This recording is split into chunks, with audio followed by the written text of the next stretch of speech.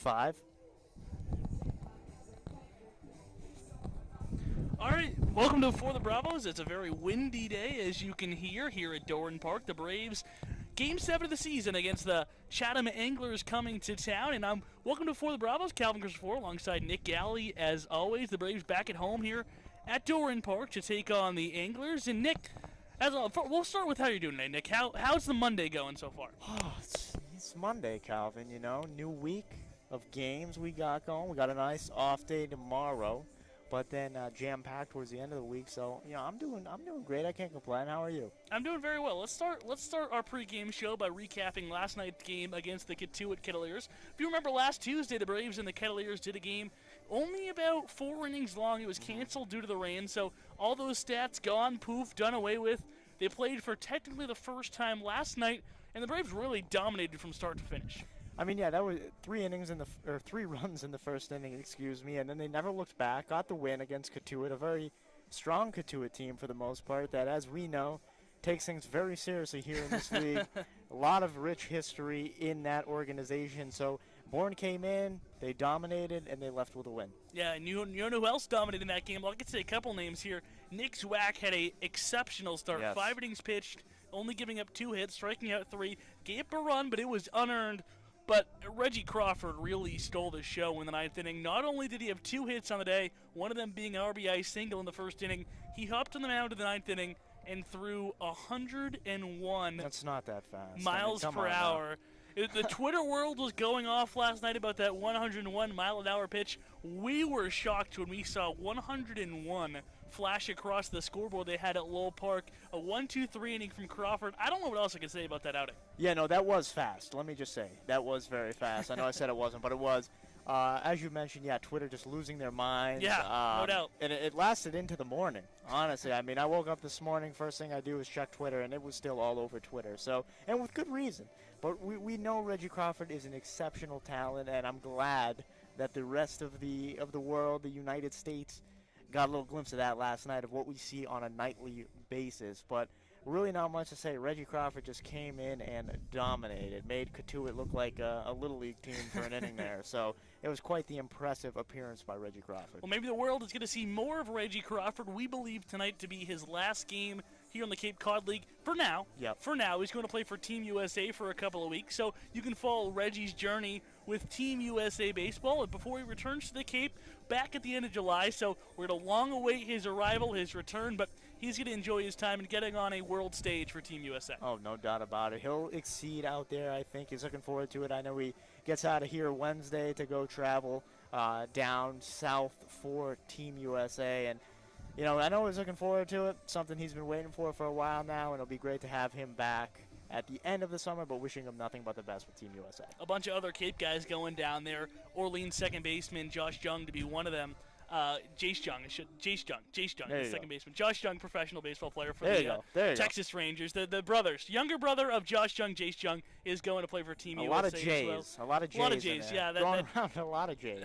A lot of J's being thrown down. But let's flip the page in tonight's game against Chatham, a team coming in tonight at 3-3-1. And the Braves getting the ball to Jordan Patty, a guy who pitched in that game against Catuit, the one that was rained out in the 4th inning. So technically tonight is his first appearance in the Cape Cod League. What did you see from his first start, and how can he improve on that today?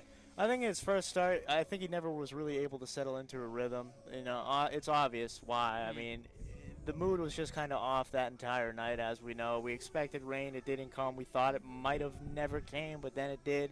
You get thrown around. You got shook up a little bit early on in that game. So I think tonight the most crucial thing is come out there, throw a scoreless first inning, get some confidence under your belt. He can give up a couple runs in his outing. Chances are he'll go 4 innings about. We saw Zwack go 5 last night, so now we know Harvey Shapiro might be stretching out his starters a little bit longer. But go 4 or 5 innings, look to allow 1-2 runs. We know this Bourne offense can get you run support, but crucial to have a scoreless first inning just to get some confidence under your belt and get into a rhythm nice and early. That's one of the things, though, being back at Bourne Park. Sure, it's nice to play in your home field, yeah, but you lose the benefit of this Braves offense, who has been clicking very early in these games to give you a 3 spot before you even touch the mound, like the Braves gave Nick Zwack tonight. So I completely agree with you. Get a scoreless top of the first inning. Then you can get in the dugout. Hopefully the top of this Braves order, which we'll go through very quickly, can get you some runs in that first inning, and before you know it, you're back on the mound with a lead. Yeah, no doubt about it. The top of the lineup has shown that they can serve as a spark plug right out of the gate, so scoreless first, crucial. Let's talk about the lineup that is going to be behind Jordan Patty today, and it starts with Joe Lampe making his 6th straight start tonight in center field, the batting leadoff. I mean, Joe Lampe, man, we love him. We say it every night, and every night he just has a better game than the night before, and we just keep coming on before the Bravos and saying we love him, and with good reason. Him and the next guy you're about to introduce have been a lethal 1-2 combo, so I'll just let you get to the 2 spot here before I start going into the top of the order. I'll just say this about Joe Lampe. Not only is he a guy that's going to get on base at the top of the order, that's why we both love him, because he gets on base at the top of the order, whether that be a walk or a hit, right? A threat to steal and a threat to score anywhere he's on the base pass. Yes. And a tremendous defensive center fielder. Unbelievable. I think that goes underrated the way he's been swinging the bat this summer, but his defense in center field is top-notch, which is what makes him the guy that needs to be in the lineup every single night. But he's great. Yeah. We talked enough about Joe Lampe. You want to go down to the guy hitting 2, and that's Christian Knapczyk. Not playing shortstop tonight, moving over to second base, but still, the guy leads the Cape Cod Baseball League in doubles so far, the left-handed hitting infielder. What's not to like? I mean, this 1-2 combo has just been nothing short of outstanding. I know I was talking with Christian last night, and he said him and Joe are always talking like, hey, we're the best 1-2 punch on Cape Cod right now. We are the best 1-2 punch. He says he knows Joe's going to get on. He's going to do everything he can to move him over or get him in.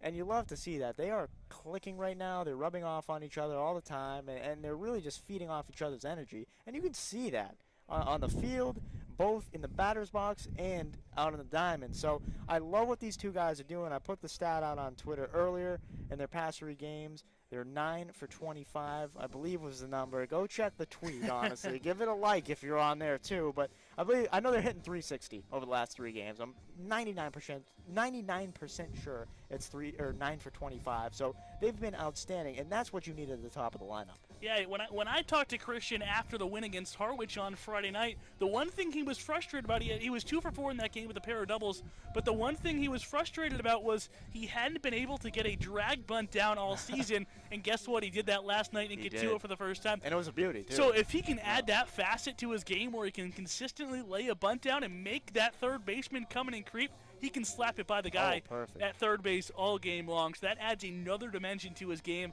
that defenses really need to look out for. So that's what makes that top 2 very lethal. Unstoppable. And another thing that makes them unstoppable is they get on base and score runs, especially because they have this lineup behind them. And batting third again tonight in right field is Keller Fredko. Yeah, I mean, we've talked about all year how we're kind of waiting to see Keller Fredko get into that Big East Player of the Year groove. He's been good. He hasn't been bad by any means. He hasn't been bad by any means, and he's been much better than his stint in 2019. Yes. So that's, I think, the one thing we haven't talked about enough is 2019, this guy hit sub 180. Yeah, 171 was his 25 games here for the Bourne Braves. He hit 171 back in that 2019 season. And now you look at him this year, and he just looks much better. His swing looks much better. He looks much more comfortable. So I think that's been huge for Bourne, especially when you're about to lose the next guy you introduce tomorrow on the off day.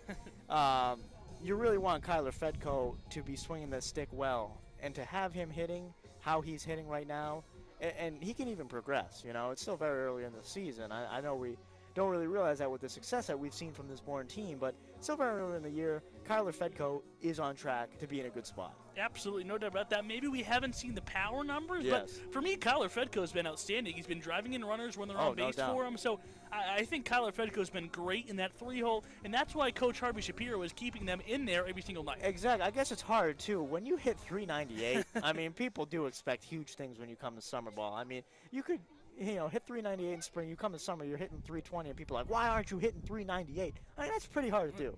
320 is very good. I think Keller Fredko's off to a great start this summer. Yeah, I mean, he's hitting, he's got to be right around 300 right now. Yeah. So, just to have that from him after his 170 performance in 2019, you love to see that. Absolutely. And the guy, he hits third. Another Yukon Husky hits fourth, and that's Reggie Crawford, who fans here at Doran Park are going to be very sad to see him go when he leaves tomorrow. We believe that tonight is his last game here for the Braves until the end of July. He's DHing, he's hitting fourth, and I'm sure this home crowd would love to see him get into one tonight.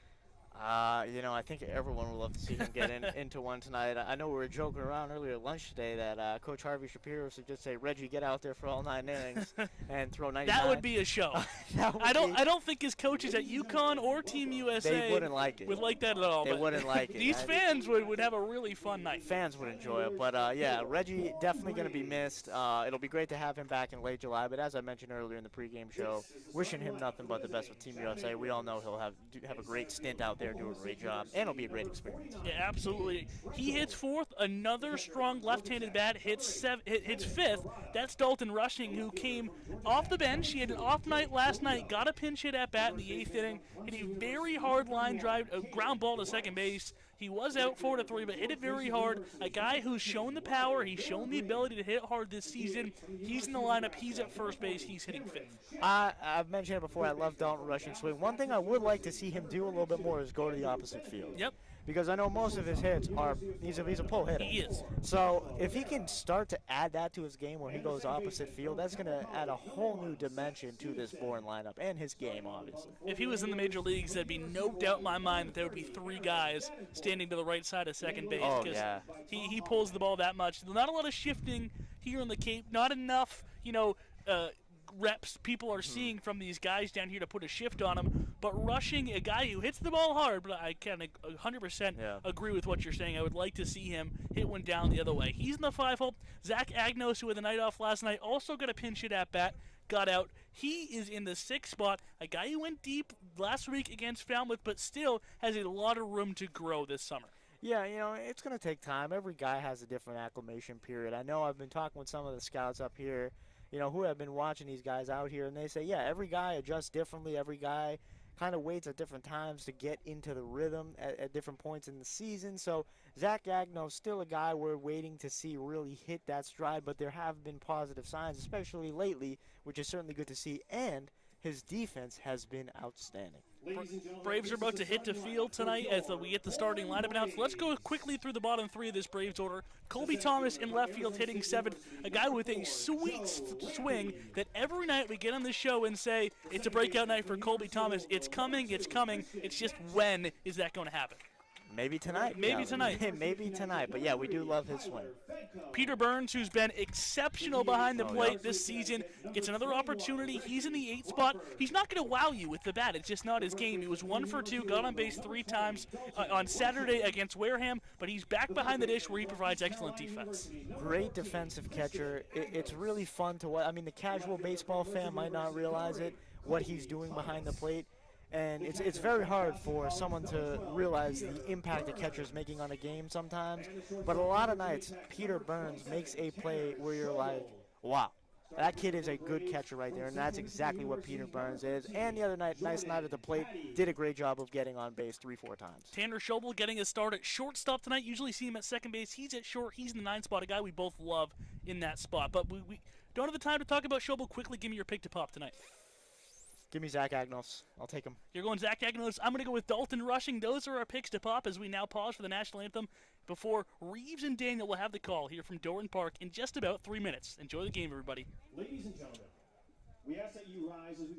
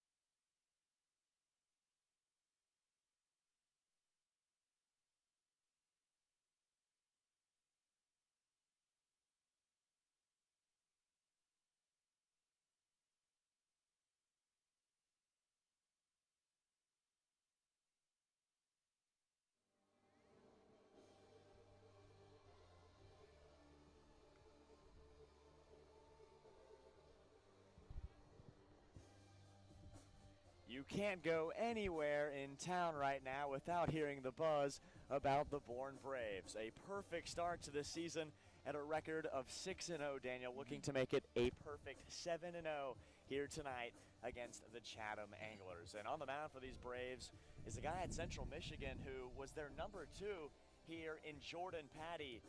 But we have their ace in Andrew Taylor, but Jordan Patty, Daniel, is just as good and very talented. Well, yes, Reeves, and exactly that is going to be an interesting matchup for the Chatham Anglers. They're coming in today. They have a very, very impressive CMU pitcher coming in today. We've only seen him once, and that game was suspended due to rain, so it will be an interesting start. This will be his first real appearance against a guy that's going to be coming in with the Chatham Anglers 3-3-1. It will be a very interesting day, and I think this is going to be one of the best matchups we're going to see, especially with an undefeated team in 6-0. The Bourne Braves are rolling, and there's no signs of stopping. Well, Jordan Patty, who takes the mound for the Bourne Braves today, looking to extend this winning streak to 7 in a row to start the season. It's a beautiful night for baseball, as you can see here from Doran Park, as we get set for first pitch here tonight. It'll be Caden Schrinkel leading things off for the Anglers here, as Daniel Jordan Patty makes his technical first appearance, although he did appear in a game against Katuitt. That game was obviously rained out. Patty on the season for Central Michigan this past year was 9-2, an ERA of 2.46, 78 strikeouts compared to just 28 walks. And his first pitch here tonight is a strike with a fastball on the outer half. We'll feature a fastball in the upper 80s to low 90s. And Daniel, this guy knows how to fill up the zone. Yeah, most definitely, and you can see he has a lot of leverage there. First time here at Doran Park, facing a team that's at the 500 mark, so a good opportunity for the Chippewa. We saw Andrew Taylor come in, and he had a fantastic outing just a few days ago. Going to see what the 1-2 punch for the Chippewas could do for Harvey Shapiro's team. Count even here at a ball and a strike. Here's the 1-1 from Patty, and the fastball misses outside. Did give up a few runs, was touched up a little bit in that outing against Katuitt, but thankfully for Jordan Patty, that outing does not count against him. The Braves coming off a 9-2 beatdown over division rival Katuitt a night ago, as Caden Schrinkel begins things with a liner up the middle and a base hit. Joe Lampe out in center field. The lineup for the Anglers tonight goes Caden Schrinkel, leading off, batting second, and stepping into the batter's box is Kevin Parada. Batting third is Jake Delio. Batting fourth is Caden Grice. Fifth is Lyle Miller-Green. Batting sixth is Cameron Chick. Seventh is the third baseman from Dallas Baptist, Andrew Benefield. Eighth, Joshua Rivera. And ninth, Seth Stevenson. The Braves defensively line up like this. Left to right is Thomas, Lampe, and Fredko.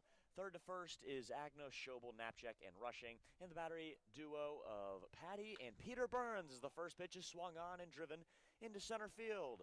Medium deep, Joe Lampe is going to camp under it and make the catch, and Jordan Patty records his first out here tonight. That's exactly what Jordan Patty needed. First pitch swinging. Caden Schrinkel will stay at first, 1 out here, closer to ending this inning and getting the Braves their first opportunity to get to the batter's box. Into the box here is Jake Delio, as Patty records his first out of the night. Yeah, from Georgia Tech. The Yellow Jacket is actually from Connecticut, so fairly local. He's a rising sophomore. An average year, 254 with 2 homers. First pitch, fastball, finds its way in the zone for strike 1. He actually came into Georgia Tech ranked as the number 8 outfielder in the country and top overall in Connecticut. So a really big pickup for the Chatham Anglers. Patty now to the stretch will fire a pickoff move back into first. His teammate and Andrew Taylor started a divisional game against Falmouth. That was last Wednesday, and Andrew Taylor was brilliant over 4 innings for the Braves. So now Patty will look to keep building on that Central Michigan name. And a breaking ball misses outside. But Daniel, yesterday, after the Braves had a home game against the Wareham Gatemen, in which they won the game, although they were out hit 14-7 in that affair. They were walked 7 times in that game. Also had a hit batsman, so 8 free passes on base. And the bats were a little quiet, but then a night ago at Lowell Park versus the Kettleers, the Braves bats turned it up, and that was thanks to a few guys, but in part Caden Wallace. This one bounced over to third, and Agnost, he gives the runner at second a look, and that fires over to first to get the out. The runner in Trinkle moves over to second, and 2 down here for Jordan Petty. It's exactly what I would want Zach Agnost to do. Come across the infield, gun it over to first base with Dalton rushing, covering. Don't do too much. Don't get the lead runner. We'll get it to 2 outs. A Chatham Angler, though, in scoring position with the 4-spot hitter. And it's Caden Grice, a 6'6", 240-pound left-handed hitter from Clemson. And this is the guy they marvel about. A Cody Bellinger-like stance in the left-handed batter's box and watches a fastball miss outside. And in his freshman year at Clemson, Grice was a .317 hitter, 15 bombs, 53 driven in 52 games played. He struck out 72 times and walked 28 times, and this guy, Daniel, is the real deal. 7 for 20 on the year, .350 average, 2 homers, 3 RBIs. He fouls this one back. But there's a reason that he's in the 4 spot for the Anglers. He's so efficient, only in 20 at-bats. He almost parallels or mirrors the efficiency that the Braves bring to the batter's box.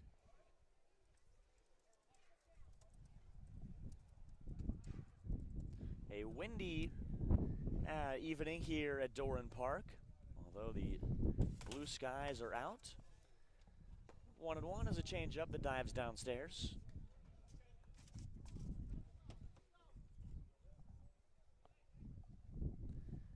The Braves off to a perfect 6-0 start, Daniel, for the first time in more than a decade. Patty's still trying to find his rhythm, find that zone. He faces 2-1 to a dangerous Grice. 2-1 from Patty. Fastball that Peter Burns tried to bring back over to the middle of the plate, but missed 3-1. Peter Burns in the last home game against the Wareham Gatemen, Daniel, earned Player of the Game honors for what he did both offensively and defensively. Reached base 3 times, was hit by a pitch, he walked, he doubled into right field, and also threw 2 base runners out on the paths. 3-1 here from Patty, and this one is skied out of play, and right off the light post, fans have to duck for dear life. It's the first time we've seen that here on the young season. It hit the light and went directly down. Fans on high alert here at Doran Park, not as packed as it usually is over the last 2 games, but still a decent crowd. They're trickling in the top of the first. Count is full of 3-2. Trinkle on at second, he takes his lead. 3-2 swing and a miss with a fastball, and Jordan Patty gets the big Clemson Tigers swinging to send things to the bottom of the first, where the Bourne Braves bats will look to stay hot and give them an early lead here from Doran Park.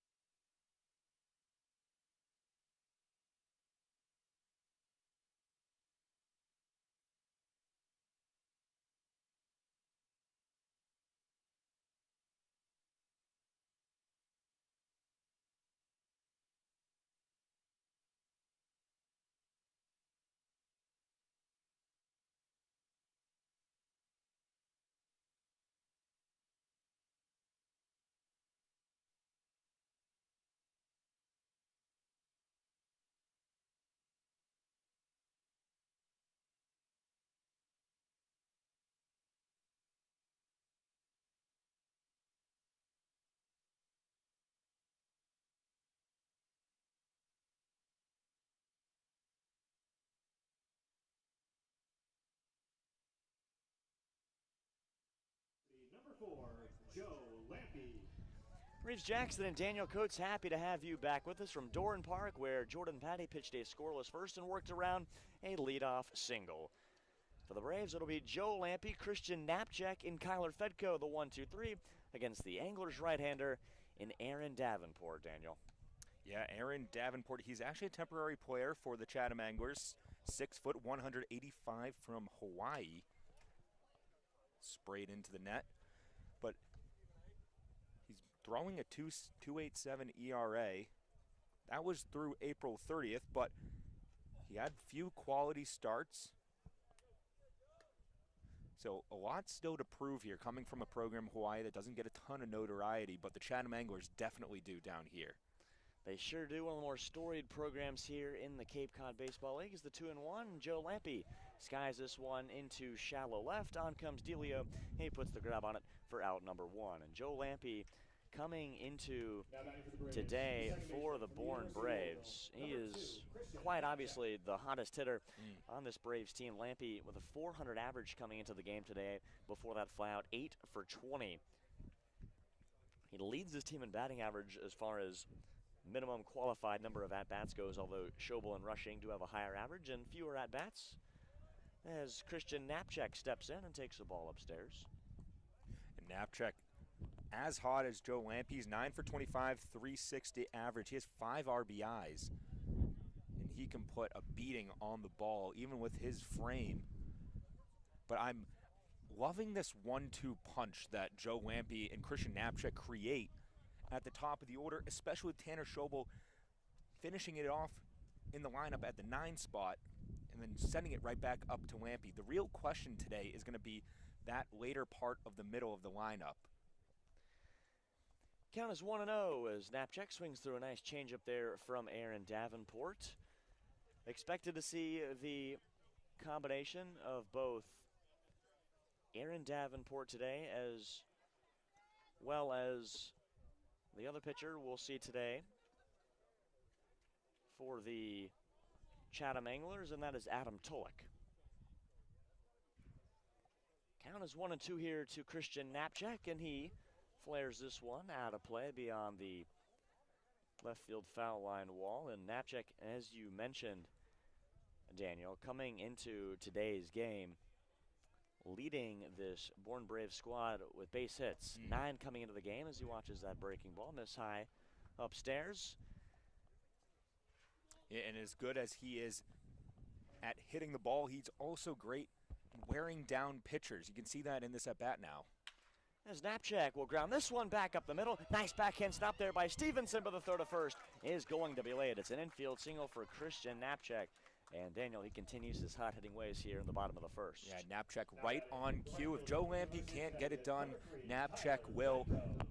Again, in the first inning, we have a Bourne Brave on base. Usually we see Joe Lampe at second most of the time, but Christian Knapczyk taking over his duties. Here comes Keller Fredko. He wasn't seen in the lineup. We're going to see what he can do today.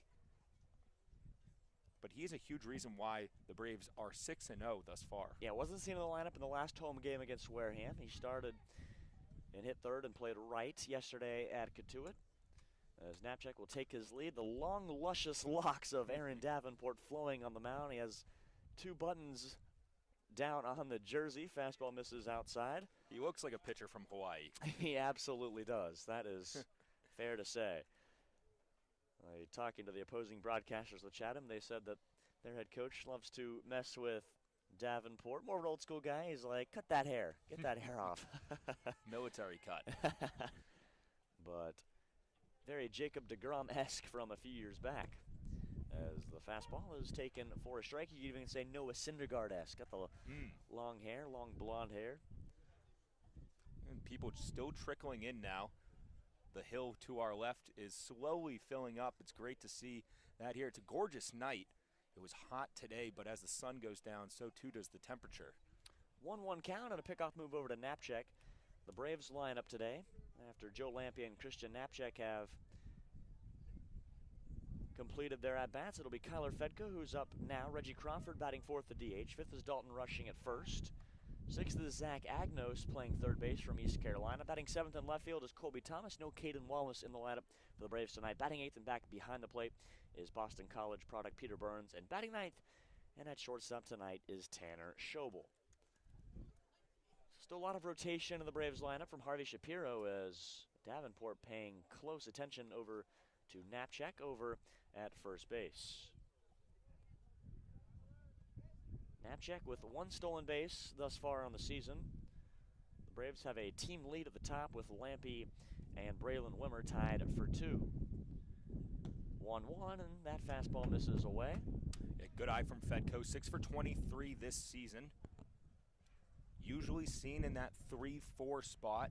Big East Player of the Year coming from UConn. The UConn boys and players from the Big East in Gordon Graceffo and Zawak from Xavier. They're making a huge difference. I coined them yesterday as Beasts of the Big East because they're a huge reason why the Braves are now undefeated, both on the mound, in the field, and in the batter's box. Ahead of the count here is Fredko, 2-1. Braves looking to strike early once again.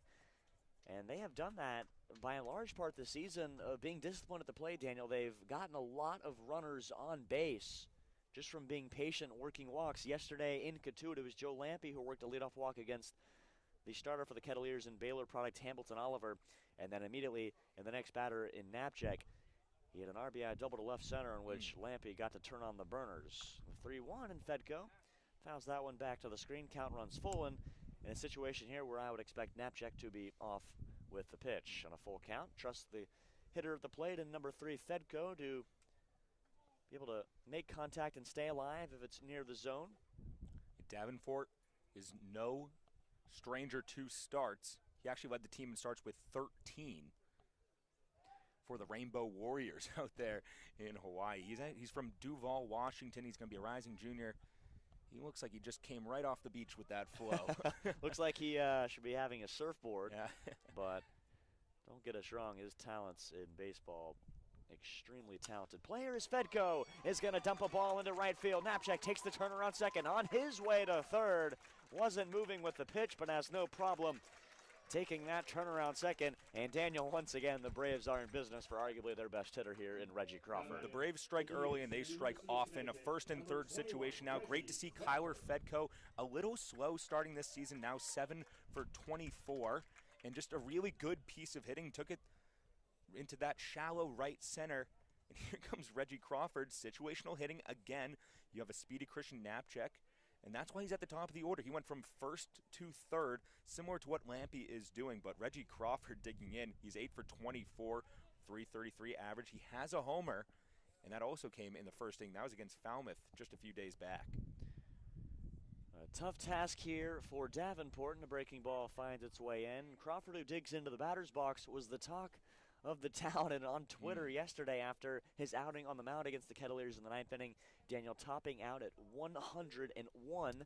I did not say that incorrectly. 101 miles an hour, especially as a lefty. Very Aroldis Chapman-like. We can confirm with the eye test. We sure can, as Reggie Crawford hit with a pitch on that inner half of his leg. He appears to be just fine. Big kid has got big bones, and no jog on the first, and the Braves have the bases loaded for a guy that we're all excited about here in Dalton Rushing. We have an anglers meeting going to be coming out is the staff for Davenport. I'm not sure if that was a good thing or a bad thing that Reggie Crawford is now on. It's almost like intentionally walking the best hitter for the team, because Christian Knapczyk, Reggie Crawford got out of the way, I'm not sure if Parada behind the plate for the Anglers was going to be able to snag it, and I think Christian Knapczyk would have been easily in to start things off here offensively for a 1-0 score, but we're going to have only one out. Davenport got himself into some trouble early on. Bases loaded. Dalton Rushing now coming in. Dalton Rushing is just the guy that I would want in this type of a position. We talked about him yesterday. He is not even a dark horse best player now. You know, he is an offensive juggernaut, 5 for 11 thus far, 454 average, 2 RBIs, and I think we might be seeing more here. Davenport will work out of the windup here with the bases loaded and 1 out. Misses with a fastball high and outside. As you mentioned, a 454 average for Dalton Rushing. Just 11 at-bats, but has reached via base hit 5 times and now skies this one to right. Miller Green looks for it in the sky. Knapcheck ready to tag at third. Caught out and right. A contest at the plate. The throw is cut off as Knapcheck scores. Now in a rundown over there is Keller Fredko, and chasing him and tagging him out is Rivera. That will take care of the Braves here in the bottom of the first, but the run does count on the sacrifice fly from Dalton Rushing, and the Braves lead early here in Bourne. It's 1-0 as we head to the top of the second.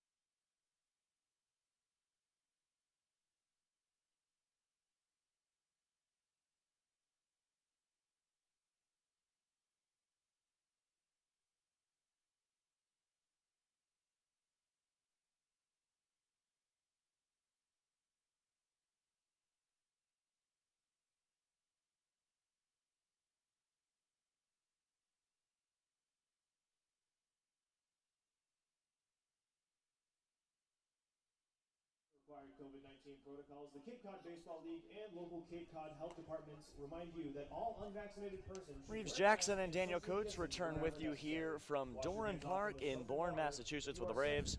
Strike first once again in the first. What's new for the Braves? They lead 1-0 here as we go to the second. Jordan Patty on the mound. As we take a moment here to say that we appreciate and thank the sponsors who support the Cape League and the 10 teams. Our corporate sponsors are the financial backbone of the league, and it is with their support that we are able to preserve the long-standing tradition of providing the best family entertainment here on Cape Cod. On behalf of the Chatham Anglers and the Bourne Braves here in Doran Park, league officers and the entire Cape League family, we want to thank our 2021 corporate sponsors, and with much appreciation, Foundation, Curry College, Cape Cod Healthcare, the 99 Restaurants, Coca-Cola Bottling of Cape Cod, Badger Sport, and 47 Brand as our corporate sponsors. Read the other half here after the first pitch here from Jordan Patty is digging in.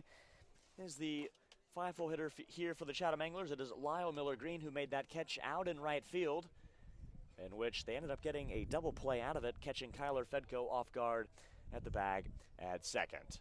Count is 1-0 here to Miller Green. There's a nice pitch there for Patty, is swung on and missed. But to name the rest of the sponsors that we appreciate: Cape Cod 5 Cent Saving Bank, Milton Cat, Mosquito Mary's, Fairway Financial, Ocean Spray, Seaside, and Rogers Gray. We thank you for your long-standing support of Cape Cod League Baseball back here in 2021 as Jordan Patty goes ahead in the count here, 1 ball and 2 strikes. A good start for Patty here. I think a key is to get out early for him whenever he's on the mound, not getting himself into position where Chatham Anglers are in scoring position, 1 man left on in the top of the first. And a beautiful pitch, a slider, takes care of Lyle Miller Green for the first out here in the top of the second.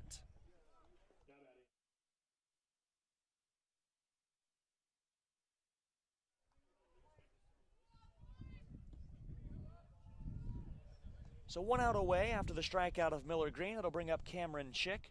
That's back-to-back strikeouts dating back to last inning for Patty. There's a first pitch fastball, finds the zone for strike 1. Yeah, we don't have any radar gun on that, but that has some good pace off of Patty's arm. I got to imagine that's a low, maybe to mid-90s, but sticking with his bread and butter in the fastball. Changeup misses downstairs. Obviously, Patty, a 3-pitch pitcher, fastball, changeup, and slider arsenal in the repertoire of Patty.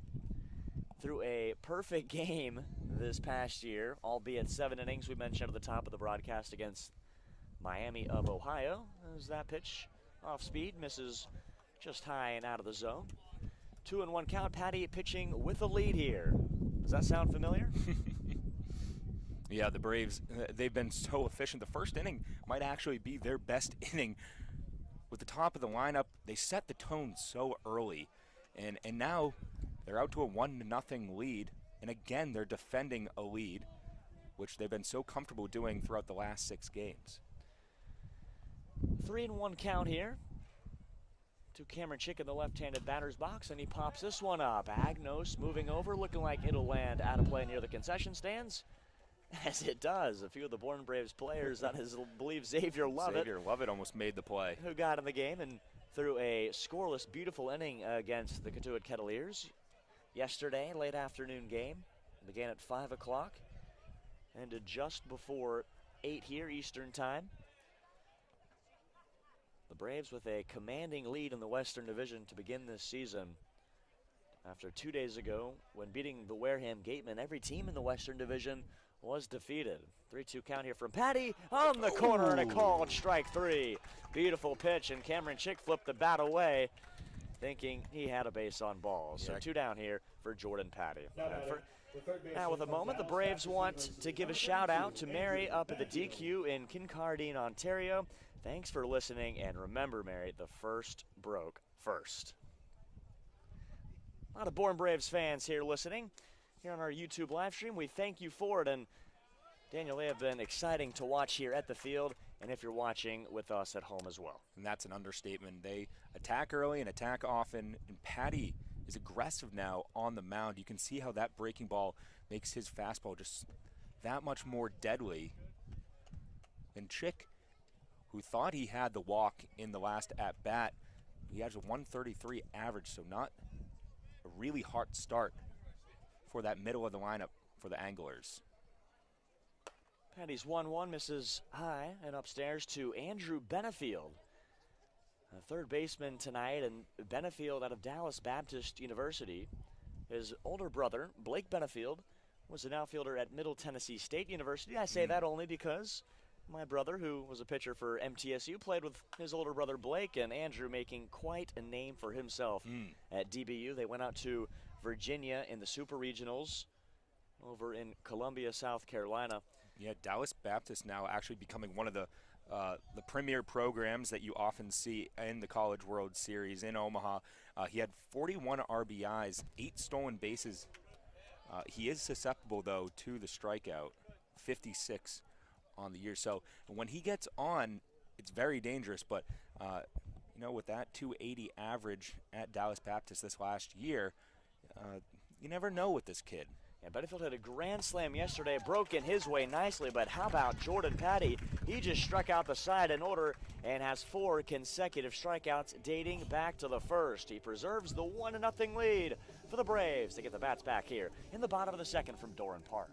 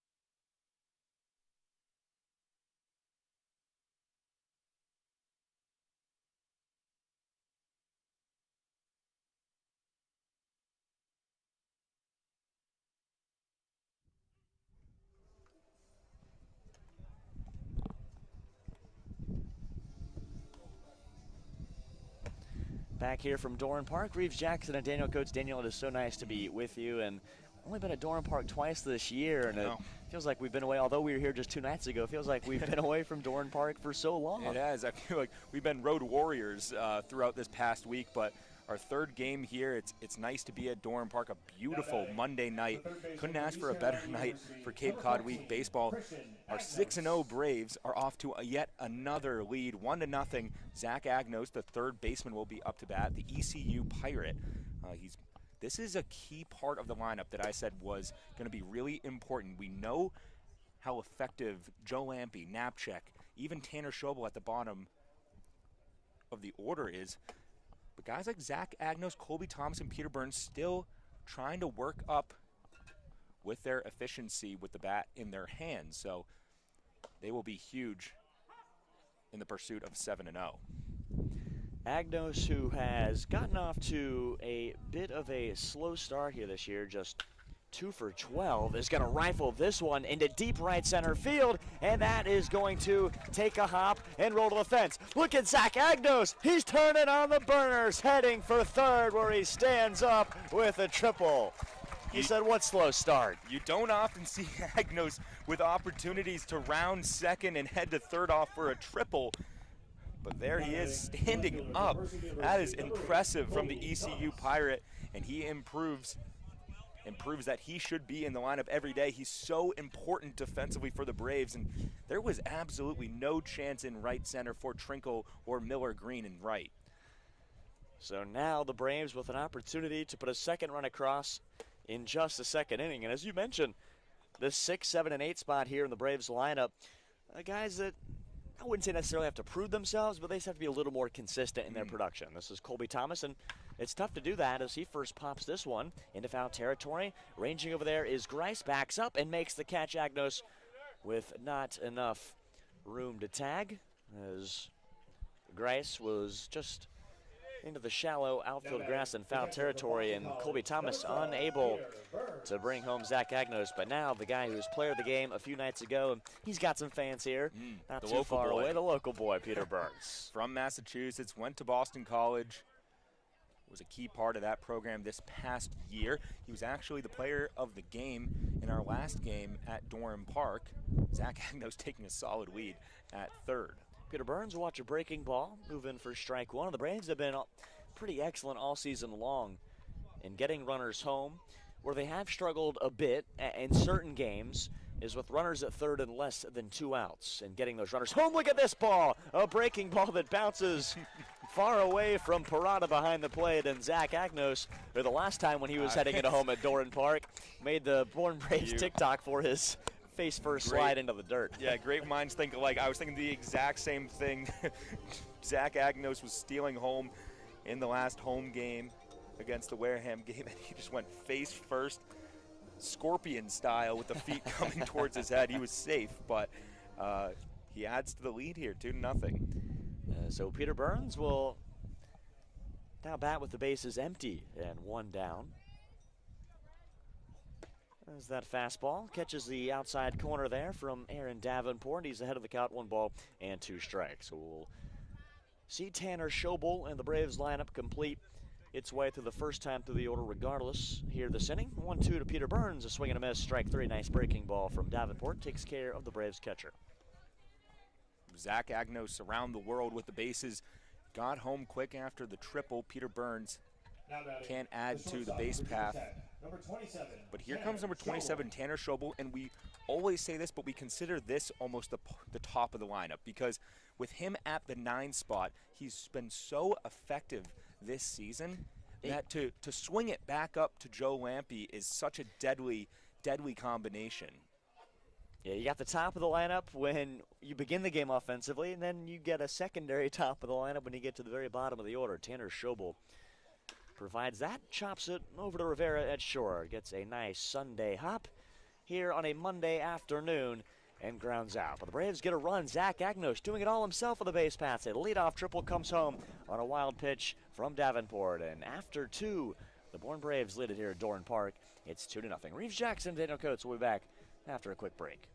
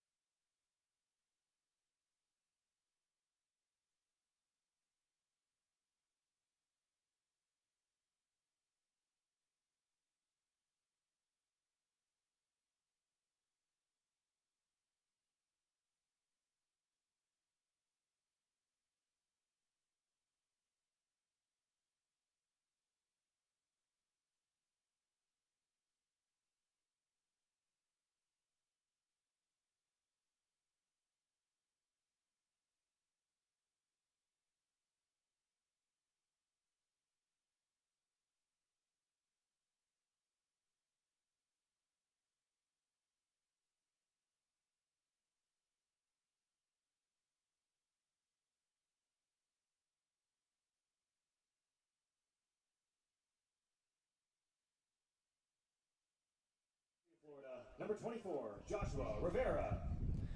Reeves Jackson and Daniel Coates back with you. It'll be 8-9-1 for the Chatham Anglers with the Braves leading 2-0.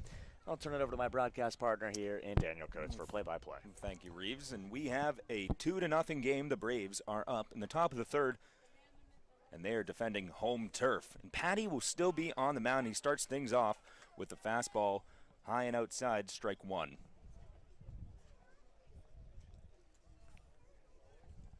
So slow and steady for the offense of the Braves. 2-0, but runs in each of the bottom of the first and the bottom of the second. Up at bat is Joshua Rivera.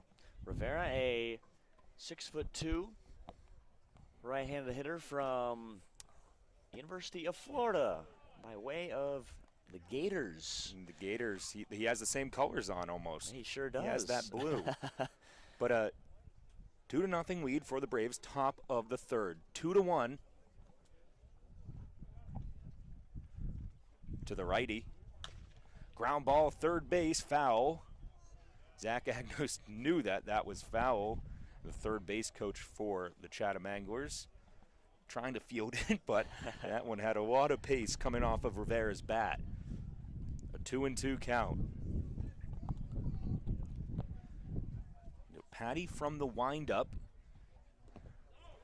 That one's low. Peter Burns looking down at the first base umpire. Thought that Rivera might have gone, but the ump says no.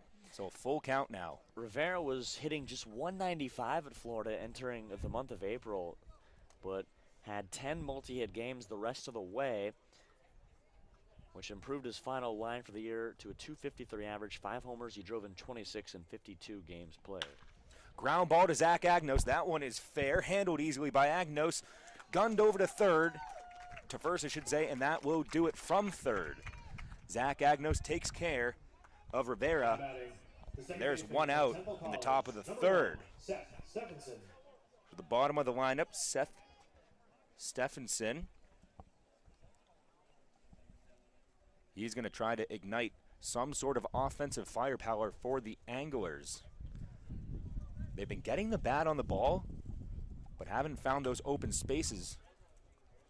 Strike one with the foul ball from Stevenson. Yeah, Stevenson, a 5'9", 155-pound switch hitter. Rising sophomore from Buda, Texas. The right-handed pitcher with a fastball low and outside for ball one. Knotted up at 1-1. Some changes in the middle of the infield. Schobel, who's often seen at second, swapping places with Christian Knapczyk, who's often seen at short. So an interesting move from Harvey Shapiro. Swing and a miss from Stevenson. And it just goes to show the versatility of the middle of the infield. We saw Braylon Wimmer at second yesterday in Katuitt. He did a great job. A couple of errors as long as the work from Joshua Moylan at first. Dalton Rushing taking over those duties. So 1-1 turns to 2-1 and 2-2. Stevenson, by way of the Temple College Leopards in Temple, Texas, not Temple University up in Philadelphia. High line drive to right center. That might get in the gap. Joe Lampe sliding, but it doesn't get into his glove. Standing up is Stevenson at second. Joe Lampe with heavy pursuit, and Fredko in right. It was in the perfect spot where none of them could get it to it in time. So a good piece of hitting from the 9-spot hitter, and we'll swing it up to Caden Trinkle. He got on base to start things off with a liner up the middle, and the Chatham Anglers have an opportunity to strike. Stevenson on second, and now Patty will go into the stretch. And a low fastball. He's been pitching in a hittable fashion, but still trying to find that strike zone at the moment. He's been all over the place, but he's been efficient in the way that he has depended on his defense. That is behind him. Giving Stevenson a look. Another one in the dirt. Yeah, outside of the 4 early strikeouts, has been pitching to contact. Obviously, Trinkle had the base hit up the middle to begin the game. Trinkle from Oklahoma State was a .268 hitter with 5 bombs and 34 driven in. Had 4 triples, an .828 OPS in 2021. A 2-0 is skied behind the backstop. 2-1. As you mentioned, Reeves, Peter Burns from Boston College taking over for Colton Bender behind the plate. He was stellar defensively a few nights ago here at Doran Park, getting the win against the Wareham Gatemen that was far closer than we ever expected, 6-5. Tristan Vreeling finished things off with a bases loaded ground ball towards Knapczyk. Knapczyk gets the man at first, but advancing is Stevenson to third. Nothing like one Louisville Cardinal to another. Over there on the 4-3 putout, Knapczyk to Rushing. Both Louisville players on the right side of the infield. We'll usually see Knapczyk over at shortstop for the Braves, but Schobel opting, I should say Harvey Shapiro opting to start Schobel at shortstop tonight. Knapczyk moves over to second base, and Kevin Parada will look to do some 2-out damage against this Braves pitching staff. Trailing 2-0 here are the Anglers. Kevin Parada looks at a strike from Patty. 2 outs here. There is a Chatham Angler at third. An Anglers team, Daniel, that's 3-3-1 to begin the season. Had a tie at Falmouth to begin the season. It was a 7-7 tie as they then faced Orleans in their first home game, won 6-3, lost at YD 3-2 for beating Brewster 4-2. It's really been a win-loss, win-loss, win-loss as they then beat Hyannis 4-0 and lost to Harwich 11-6.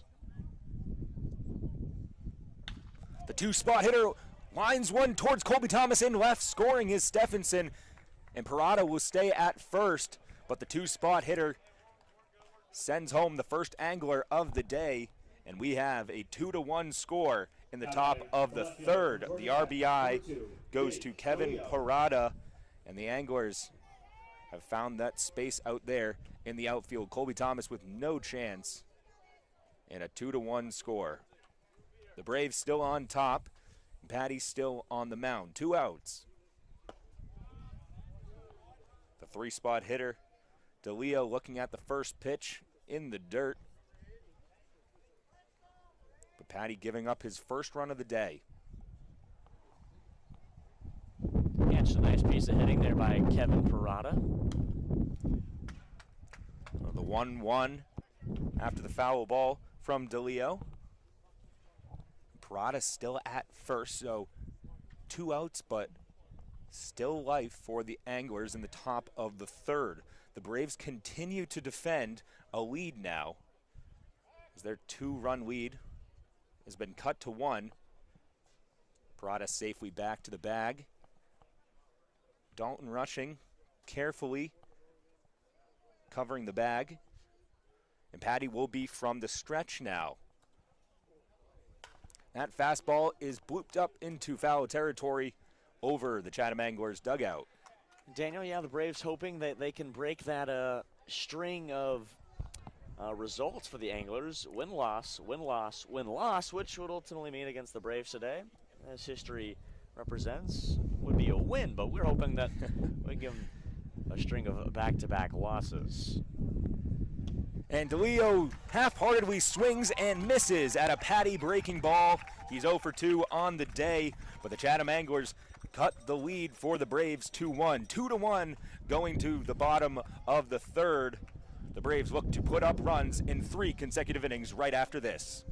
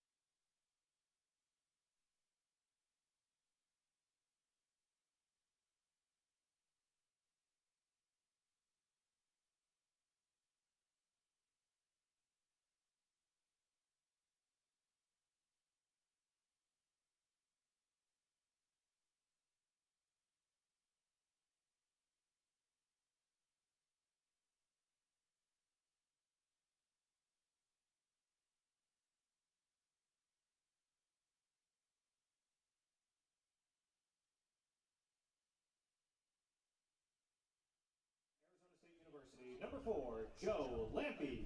The speedy Sun Devil now starting things off in the bottom of the third. The Braves lead 2-1 at home, defending home turf, and a 6-0 record outside to Lampe to start things off, ball one. Joe Lampe flew out in his last appearance. Knotted up to 1-1 for Davenport. He catches the outside corner of the zone. Similar position there, 1-2, but a different off-speed pitch. Looked like a 12-6 curveball coming out of the hands. 1-2. Joe Lampe behind early. No outs in the bottom of the third. Swing and a miss. It gets away from Parada, but he just has to toss it down to first base, and down goes Joe Lampe. Grice tossing it around the infield. So Joe Lampe 0 for 2 today. We haven't seen that very often, but Napchik has been there to back him up and start things off, and we hope he does the same like he did in that first inning. But Joe Lampe off to a slow start today. He has been incredibly impressive in the first 6 games of this season. Ground ball to short. That's Rivera. He fields it cleanly and guns it over to first. Grice with the scoop, and 2 outs quickly for Davenport. So the top of the lineup going down quickly. That 1-2 spot is taken care of. And here comes Keller Fredko. Keller Fredko, who singled a nice piece of hitting to right center field. Daniel back in the first inning. Ended up allowing that inning to extend long enough where Dalton Rushing drove in a run with a sacrifice fly and a bases loaded opportunity. That breaking ball breaks just in the nick of time to get out of the way of Keller Fedko's left shoulder. A 1-0 count. Davenport has let up some run, but he has that mentality of a bend but don't break, which is what you need to be efficient against this Braves offensive juggernaut. 1-1 after the foul ball.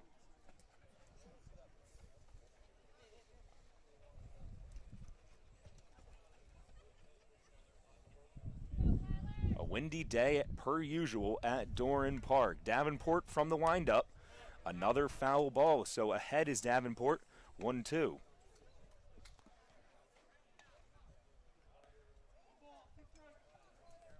Keller Fedko has been a huge part of the top of the lineup. He looks at that one cautiously. It was close to the zone, but he stays alive at 2-2. Nice crowd again here at Doran Park today. A little late arriving crowd, but they have sure filed in nicely. The 2-2. A breaking ball in the dirt, kept in front of him for Parada. Keller Fedko battles back. Full count. Hoping to keep the Braves afloat in the bottom of the third. It would be their first scoreless half inning throughout the last 3 innings. So Keller Fedko hoping to remain on the base path. And that is a weak line drive. It gets into the glove of Grice. Looked like it may have had the opportunity to drop, but Grice cuts across the infield and ends it and sends it to the top of the fourth. The Braves still lead 2-1 here in their third game at Doran Park.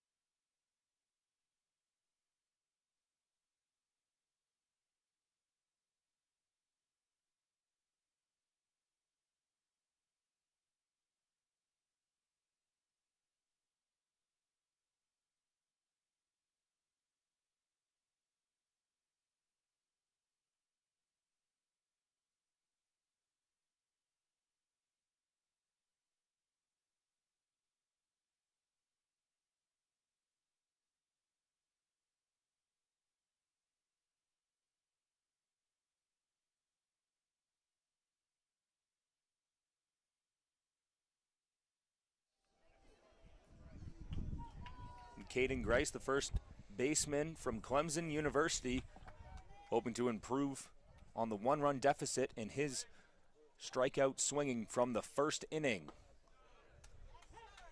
To start things off, he looks at a fastball on the outside, 2-1. The Braves are still leading. At Bourne Park, the sun slowly creeping towards the horizon. A beautiful golden hour quickly approaching. 1-1 count. Grice, really the star of this team thus far. We've been talking to the Chatham broadcast, and they say he's the guy to watch out for the boys in blue today.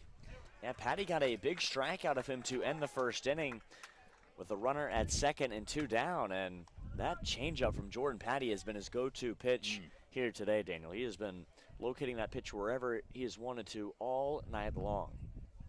The 1-2.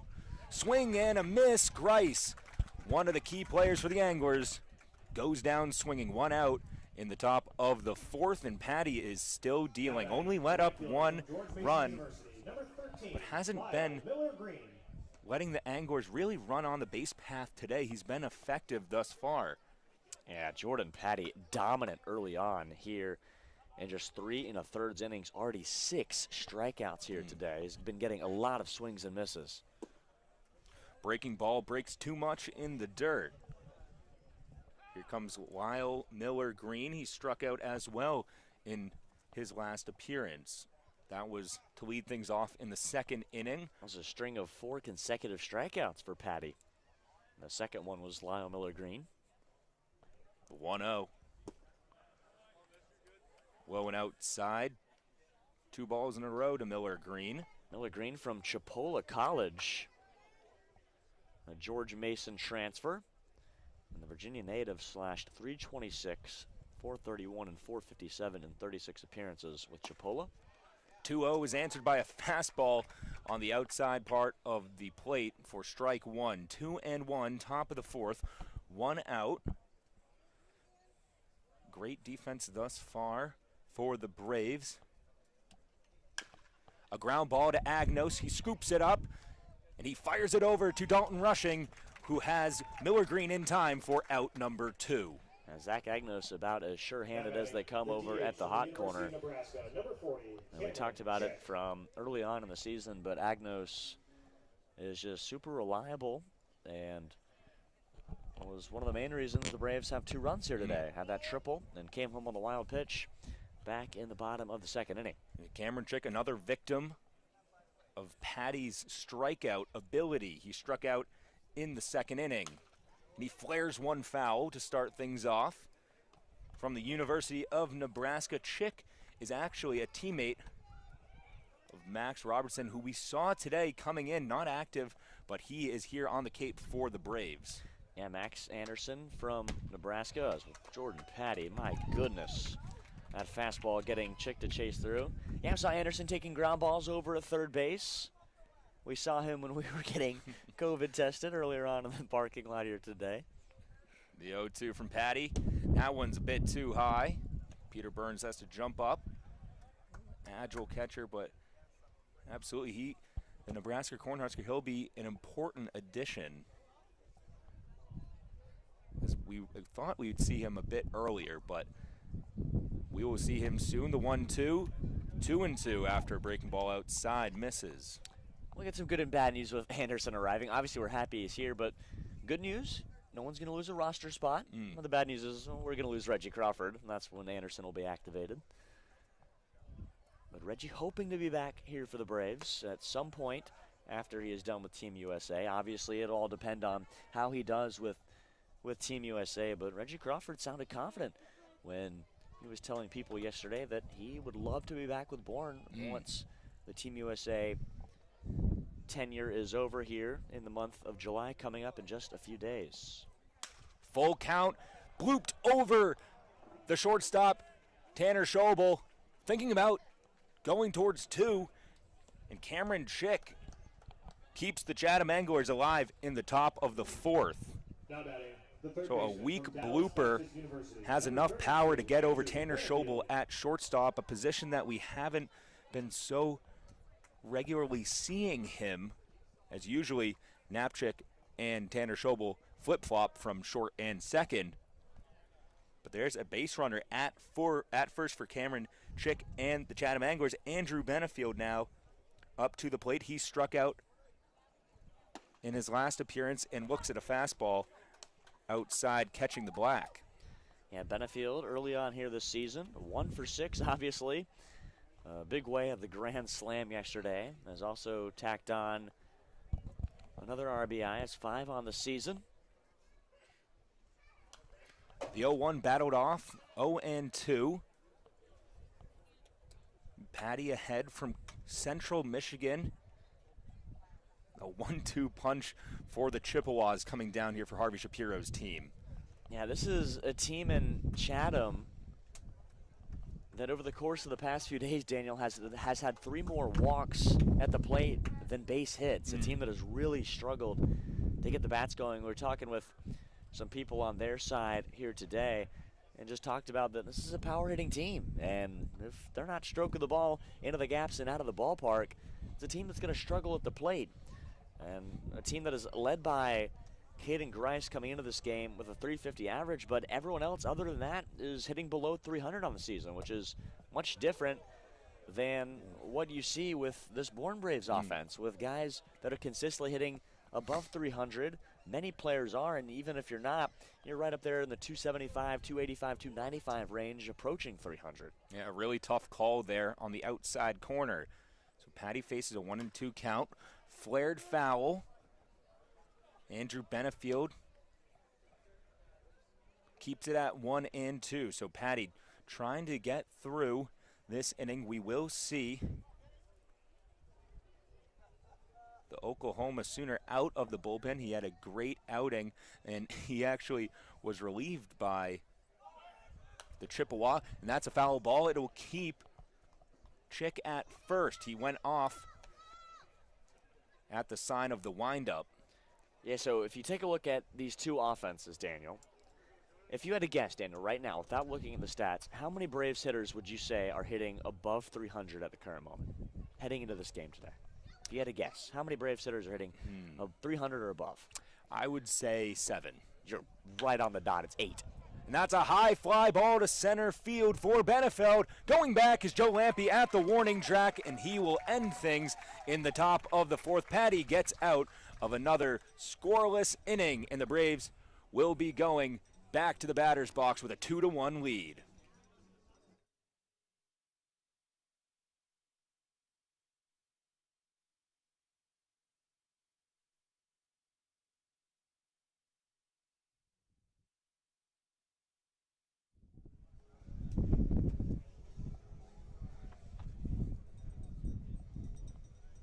Continuing with our corporate sponsors, we also want to recognize and thank Franklin Sports, Cape Destinations, Sullivan Tire, Cape Cod Times, Kinlan Grover Real Estate, Cape Cod Chamber of Commerce. And as Patty has been so effective today, as has the rest of the pitching staff, it is going to be the Oklahoma Sooner out of the bullpen today in Jake Bennett. He had an incredible start against Brewster, and actually in relief for him was the CMU pitcher in Patty that started today. And we're going to send it down to Calvin. Calvin, tell me just how important and how effective this pitching staff has been for the Bourne Braves, and just how important have they been in the pursuit of a 6-0 record thus far? Well, Daniel, I think it's been this team is not afraid to fill up the strike zone. You look at this team's numbers, they're not walking a lot of guys, especially against a Chatham team tonight that came in over their last 4 games with more walks than hits. They're not giving any free bases away. Jordan Patty tonight, no walks in his work tonight. So that's going to be the thing. They're not letting guys on base that don't get there via a base hit, and that's where success comes from, because hitters got to hit to get on first base. So that's been the success so far this season.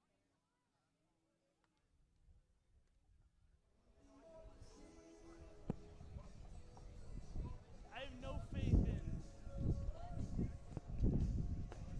Back here at Doran Park, a 2-1 lead for the Bourne Braves over the Chatham Anglers, who are traveling down towards the mainland from the Cape.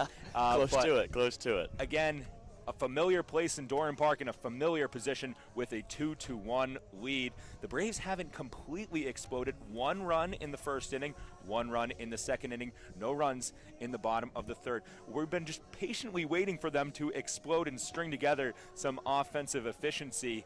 And I think we might be seeing that soon. Some great pitching thus far from Patty, and we're going to see Jake Bennett from Oklahoma out of the bullpen. So we're in a good spot now, and we're still in a position where we're defending a lead. Yeah, Calvin did a nice job talking about how well our pitching has done all year, their ability to just throw strikes. He talked about, you know, it's a pitching staff that isn't going to throw 95, 96, 97 as consistently as other pitching staffs, but Daniel, just as good as anybody.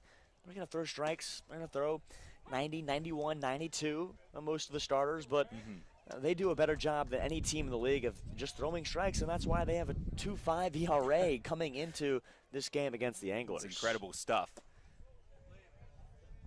1-1 count early to Reggie Crawford. Reggie Crawford, this could be his last game before Team USA. Like Reeves said, he mentioned the possibility of coming back, and we would love to see that 98 to 101. to 101 mile per hour fastball. He faces a 2-1 count. And a blooper up the middle. That's short. He's got it. That's Rivera. Oh, and he drops it. What is usually a very dependable shortstop in Rivera, a simple play turns into a Bourne Brave on base. So that blooper gets Reggie Crawford on base. And boy, what a mistake for the Anglers in the bottom of the fourth to start things off. Yeah, Chatham, a team that has made 5 errors coming into today's game. And Rivera over at short goes an E6, just had it right in the webbing and just popped right out. Dalton rushing, digging in the lefty, showing bunt. He pulls back, but it still hits the zone.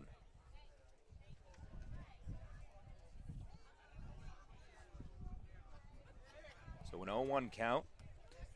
And we have a new pitcher on the mound, and that is Tulik. We knew that he was coming out of the bullpen to relieve Davenport. And Dalton rushing takes him long, but there's a center fielder, Trinkle, sending Reggie Crawford retreating back to first base. Dalton rushing slammed that ball to center, but right at the center fielder. And tell us a little bit about Adam Tulik. He's a temporary pitcher, but we knew we were going to see him here at Doran Park today. Yeah, 10 player Adam Tulik. We knew he was going to be coming in after we saw Aaron Davenport, a 6'2", 200-pound left-hander, a West Virginia Mountaineer and rising senior from Weston, Florida. Had 13 appearances and 8 games started as a junior with West Virginia. Was 0-4 with a 6.27 ERA. He struck out 52 and walked 31, so struggled a bit with his command and was hit up a good bit in his junior year with the Mountaineers. Agnost swings and misses to a fastball. Tripled in the second inning. I would not have guessed we would have seen that today, but nevertheless, the Pirate was able to slap one to right center and advance all the way to third. Fouls it off into the net. And Tulik up 0-2 on the count. Reggie Crawford still at first. Only 1 out in the bottom of the fourth. Dalton rushing flew out to center field in that last at-bat. Zach Agnost, like we mentioned, a huge part of the lead so far. Starting things off for the bottom of the order. 0-2. Tulik finishes him off with a high fastball. And 2 outs here in the bottom of the fourth. Yeah, but going back to our conversation last inning, Daniel, your guess was 7 hitters hitting above 300, and I told you were almost exactly spot on. The Braves have 8 guys coming into action today with a 300 average or better, and you turn that around, we were talking about Chatham's offense, just 1 guy hitting above 300. That just goes to show you how many dangerous weapons the Bourne Braves have in this lineup, and today, or I should say today we saw the video, but it was from an interview yesterday with the Cotuit sideline reporter Lauren Kirkley and their head coach and Coach Roberts, and she asked him the question about their offensive struggles at Cotuit, and Coach Roberts turned it around to basically tell Cotuit fans and everyone watching of how impressive the Bourne Braves offense has been. He said that it was one of the most impressive starts for any offense he has ever seen in his entire tenure being in the Cape League, and said that this team is going to be tough to deal with because, quite frankly, they have one of the most dangerous teams so far and a perfect undefeated 6-0 record early on. Colby Thomas takes that one, makes it 1-1. And to all the fans watching, it's not too late to hop on the bandwagon if you haven't already. Yeah, but the space is running out. Absolutely. We have coaching confirmation that we have an elite team here in Bourne. Colby Thomas with the bright red bat, facing a 1-1 count and 2 outs. Bottom of the 4th, Crawford taking the lead at first. High fly ball into foul territory. It might be in play for Grice, but he lets that one go. But Tulik will improve to a 1-2 count. Colby Thomas, the left fielder today from Mercer. Yeah, Colby Thomas, who looks like he would be swinging Caden Wallace's bat, the all red. Something that would look like the Razorback outfielder would swing, but no, Colby Thomas, a Mercer Bear. Getting the start in left field today. Caden Wallace was out in left yesterday and hit a mammoth shot over the center field fence, 397 at Lowell Park. 1-2, pop fly to first. This could be exactly what Colby Thomas did in his first at bat, and that's exactly what happens. 2 pop flies to first base, and we're going to go to the top of the 5th. So a quick game here at Doran Park, but the Braves still hold a 2-1 lead.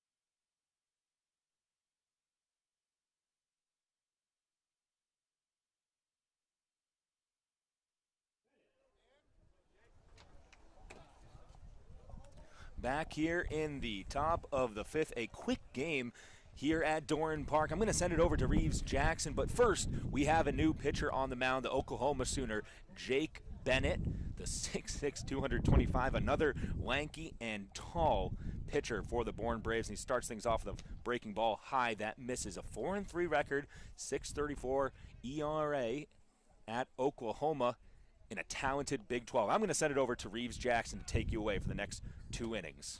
Thank you, Daniel, as the Braves hold a 2-1 lead. And Daniel, so far, I'm holding a little bit better of a good luck edge. The Braves have scored 2 runs when I'm on the play-by-play, and they've allowed 1 when you're on there. Well, good thing we're going to have our beat reporter, Nick Galley, coming on. Oh, no. We're doomed. We might have a tie game after his appearance. He definitely has a tendency to bring bad luck to the Braves. But we're excited for him to come on and talk about some of his writing and some of his insight about the Braves. Yeah, just to talk shop with us. Yeah, he is one of the best writers.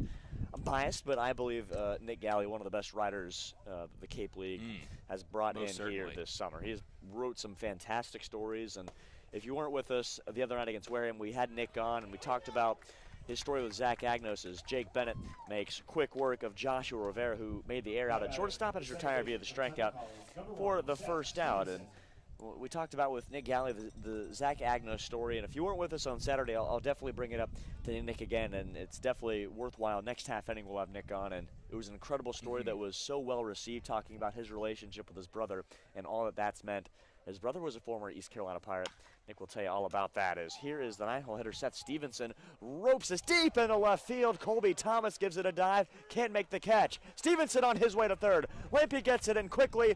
Knapcheck's throw over to Zach Agnost is late. And how about the 9-hole hitter Seth Stevenson, who doubled back in the third and now triples with one down here in the fifth. You'd say he's gotten 2 of the 4 characteristics or elements of a cycle out of the way, so a homer and a single left for Stevenson, but he has proven to be incredibly effective so far for the Anglers, especially at the bottom of the lineup. Yeah, arguably the triple is harder to get than the home run, some would say. As the top of the order turns over here, it's Caden Trinkles. The infield draws halfway in. Harvey Shapiro, a manager who doesn't love to bring the infield all the way down into the infield, but knows that their arms are strong enough even if he brings them in halfway towards that grass, but still on the dirt. Jake Bennett, who started against the Brewster Whitecaps in the Braves' second game of the season, as this one chopped high and into center field. Just a Baltimore chop there from Caden Trinkle. And the third batter, Jake Bennett, sees it's an RBI single in this game, is all knotted up at 2. In the middle of the line, middle of the infield, I should say, Tanner Schobel and Christian Knapczyk playing in on that corner, and a chopper from Trinkle sends it over Schobel's head. He had no shot at that at shortstop. Jake Bennett in his first start of the season was excellent. 4 innings, 2 hits, no runs, no walks, and 3 strikeouts. That was against Brewster. It was relieved by Austin Parsley. Parsley ended up getting the win that day at Brewster. As Bennett starts off the 2-hole hitter, Kevin Parada, with a nice changeup that falls on the inner half. It's no balls and 1 strike. So the Braves have found themselves tied here in the top of the 5th. And now this one is going to be lofted in right. That's going to get down. Unable to see it out in right field is Keller Fredko. And now heading to second, they're looking to wave the runner home from third in Trinkle, but the third base coach puts on the stop sign as Trinkle tripped over that third base bag, just trying to put on the brakes. Heading into second there is Kevin Parada, and the Chatham Anglers are here forcing the Bourne Braves in a tough spot. Second and third, and the Braves, Daniel, in danger of trailing for the first time here in this young season. Wow, you don't see it that often. Keller Fredko had absolutely no clue where that ball was going. It was a flare into the shallow right field, and he wouldn't have gone. I think that Kevin Parada would have still dropped that one into shallow right field, but he was not getting to second. No so Keller Fredko allowing the Chatham Anglers to advance both into scoring position, and Bennett's going to have to work his way out of some hot water here. Yeah, Bennett, who struggled a bit this past season at Oklahoma as far as contact was concerned, as this one sky to right. Keller Fredko is going to have to block the sun again. This time he's under it, makes the catch this time, runner tagging up, and will score. Heading over to third is Parada. So Trinkle comes home, and the Chatham Anglers all of a sudden, Daniel, now lead 3-2. And I think we're spoiled saying this, but this is the first time now that the Bourne Braves have trailed here in 2021, 7 games into the season. And there's no rain in the forecast coming into us. So the one time that they did trail was in Cotuit. That was canceled in the 4th inning due to rain, but this is the first time that the Braves have trailed, not to mention their 3rd home game in a 6-0 start. So they're going to have some work to do, and this is the first time that they really felt the heat, felt the pressure from another team coming from a different division. So a huge game right here. I think we're going to be in it for the long haul going to the last few innings. This is chopped foul here by Caden Grice, but something we did see, and we've talked about in that abbreviated game versus the Kettleers, is that when the Braves trailed, Daniel, they were resilient. They fought back and scored a few runs when they trailed early on in that game. So we're looking for the Bats to do the same thing here. Obviously, very important to keep the runner and Parada stranded over at third with 2 outs. 1-1 from Jake Bennett. Is a breaking ball fouled off there by Caden Grice. Grice has struck out swinging twice today. He's got a 2-strike count on him right here in a tough lefty-lefty matchup, as Jake Bennett has surrendered 2 here in the top of the 5th inning in relief of our starter tonight, Jordan Patty. Caden Grice has struck out twice. He's facing another situation where he could be looking at his 3rd, but Grice, the first baseman, has made some plays over there and has had to deal with the same sun that Keller Fredko is dealing with now in right field. Yeah, shadows starting to creep in. 2-2 from Jake Bennett. The sky to left should be easy for Colby Thomas as he drifts back to the warning track. This ball continues to carry. Ooh, that ball just kept drifting out and left towards the wall, but Colby Thomas brings it in. Jake Bennett allows 2 in the top of the 5th inning, and the Chatham Anglers lead at 3-2. The Braves trailing for the first time this season. We'll see if the Bats can get it back as we head to the home half of the 5th here at Doran Park.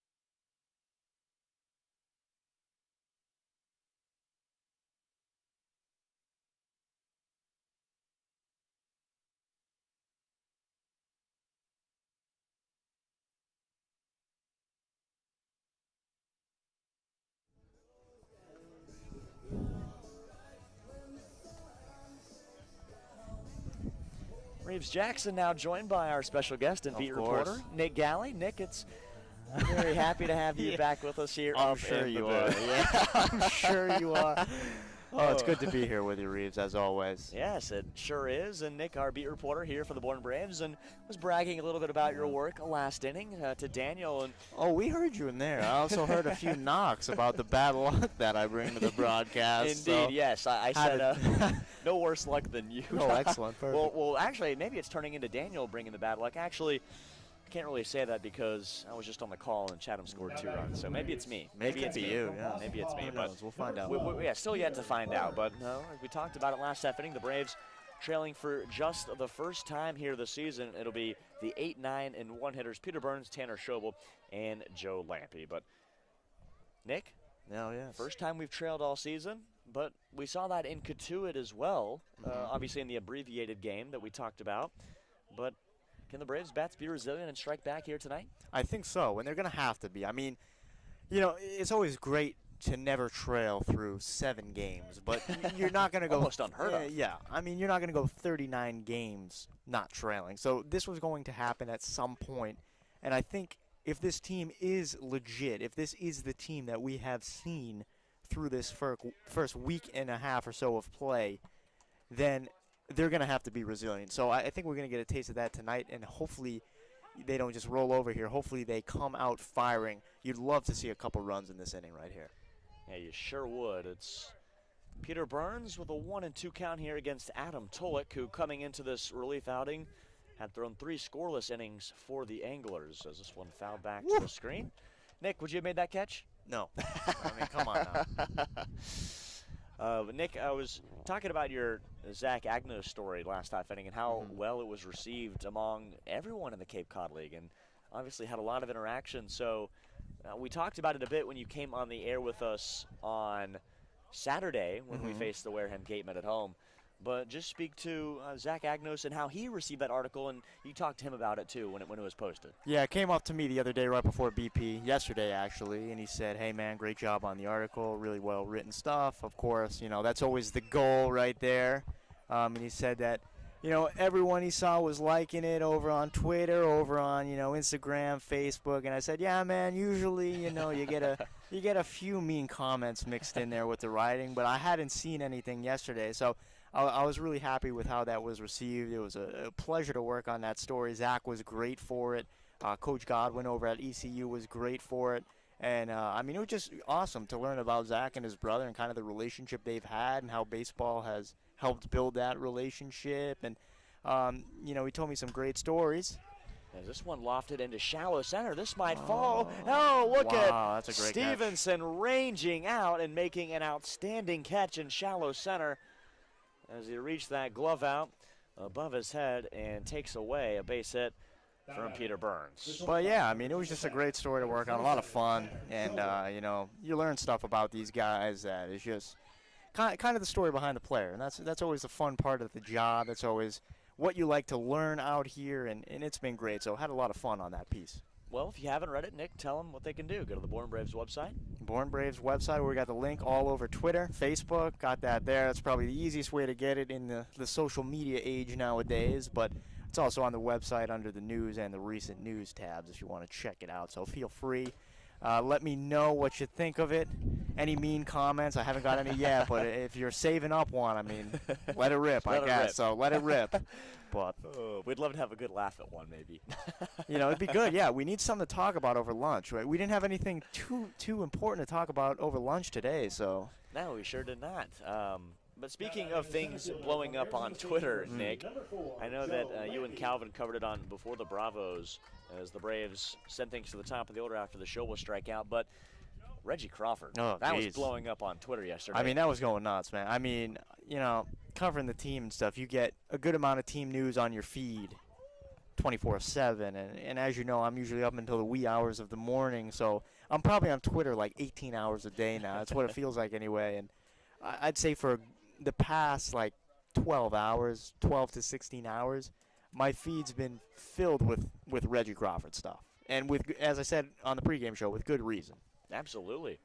As Joe Lampe hit by a pitch on his way to first, and obviously talked about it off the air, and you can tease as much as you want, or you can keep it close to the chest, but you're working on a feature story for Villanova Wildcat Gordon Graceffo. Yes, I am. So if anything, how much do I want to share here? How much do you want to share here? That's up to you. That's up to you.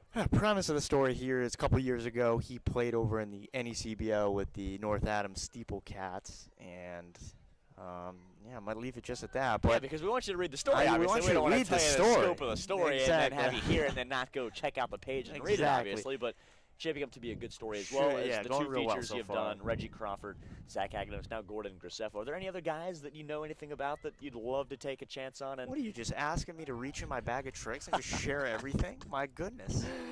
Oh, that's why we have you on, Nick. As you know, I mean, tomorrow we got the off-day rundown coming out.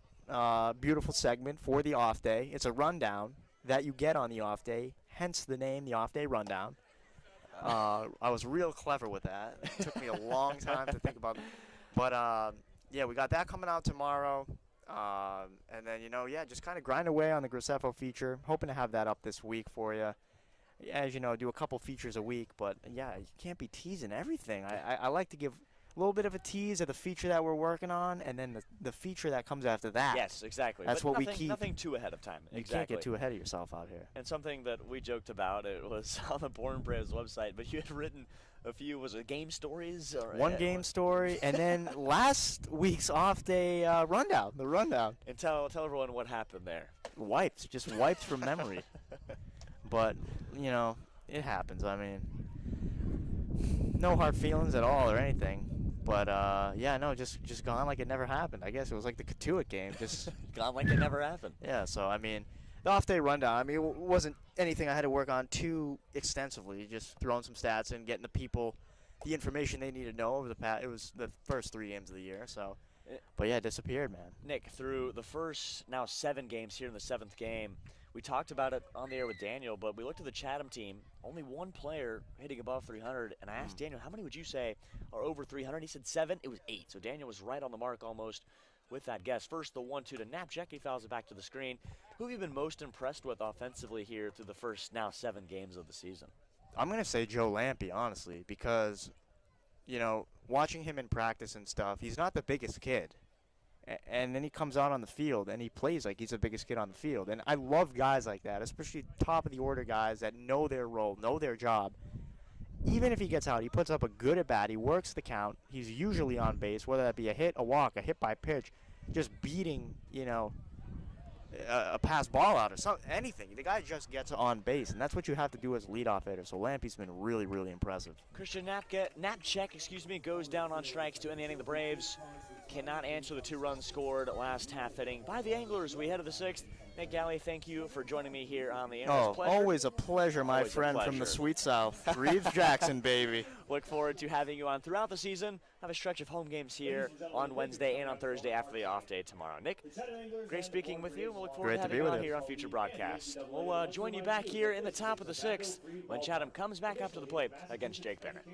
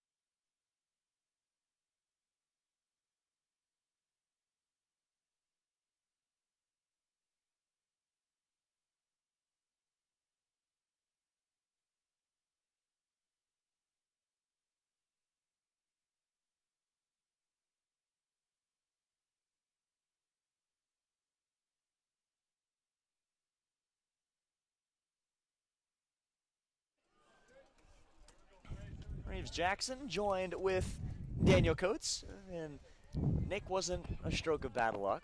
Well, I guess.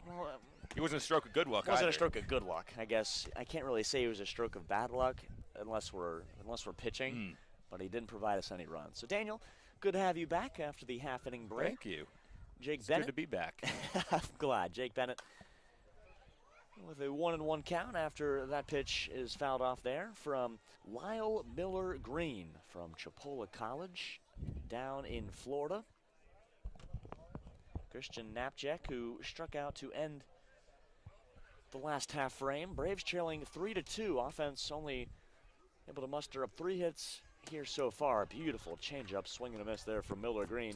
And Miller Green has a 240 average, but get this, 7 RBIs on the season for the Chatham Anglers. That is impressive stuff in just a handful of games that we've had through a week of the season.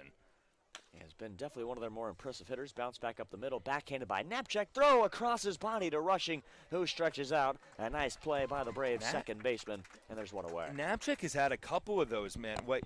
Cutting across his body, he has so much power just torquing across from him. We've seen it at shortstop, and he does it again there. And he looked calm and cool as ever, very collected, and a dynamite middle infielder for the Braves. Here is Cameron Chick. He is 1 for 2 today. Struck out looking against Jordan Patty. And he singled off of Patty in the 4th. 1-0 from Bennett. Fastball misses outside. Update you on some scores around the league here tonight, as we always do. And a Western Divisional matchup, the Cotuit Kettleers bringing it to the Hyannis Harbor Hawks, who have been on a big-time slide. This 13-1 Cotuit in the bottom of the 7th. That game is at Lowell Park. As Jake Bennett fires in a strike. Brewster and Yarmouth Dennis. How about the pitching staff of the Brewster Whitecaps? They are tied 1-1 in the top of the 9th inning. Brewster, who threw back-to-back shutouts both against Cotuit and Wareham, have only allowed the Red Sox to score 1 run. Obviously, Chatham up over the Braves 3-2 here. Falmouth up 3-2 on the Wareham Gaben. That game is early, just in the bottom of the second. And then Harwich against Orleans tonight. That is in the bottom of the second, scoreless from Eldridge Park. A lot of great games tonight. This 2-2 is nubbed, foul past Dalton Rushing. But the Braves will have an off day tomorrow. One of just 2 teams that are off. We don't see, this is our only Tuesday off day. Usually that is strictly on Thursdays, but the Braves have definitely earned that off day. 6-0 record. Now, we haven't been this late in the game with a trailing score. Jake Bennett from Oklahoma. Swing and a miss, beautiful changeup, and he gets Cameron Chick to swing through it. So Jake Bennett, a bounce back inning here in the top of the 6th. He's gotten the first 2 hitters of the inning, Miller Green and Cameron Chick.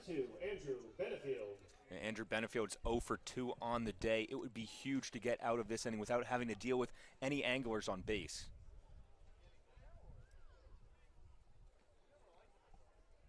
Wouldn't be surprised either, Reeves, to see some sort of action in the Braves bullpen. Harvey Shapiro hasn't really given the nod, though, and we don't have an idea of who we might see in relief or closing. I wouldn't be surprised to see the Demon Deacon Eric Adler come in today.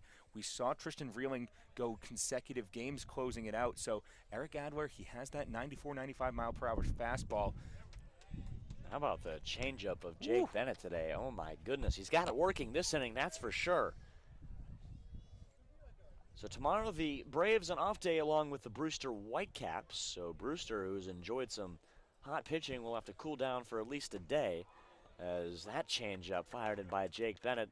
1 ball and 2 strikes. He's struggled a bit locating with the fastball, Daniel, so he's just been turning to the changeup, and he's been able to throw it consistently for strikes. He's ahead of Benefield here, 1-2. Bennett winds and delivers, and a fastball is bounced up the middle. Tanner Schobel fields it in the pocket up in the chest and fires across to first for the out. I think if that pitcher's mound was not there, that was going right up the middle. It bounced off the left side, ricocheted over to Tanner Schobel, and he does what he does best and just guns it over to Dalton Rushing, and that will do it. Jake Bennett gets out of another inning. We head to the bottom of the 6th, where the Braves bats will look to come alive here at Doran Park, trailing 3-2.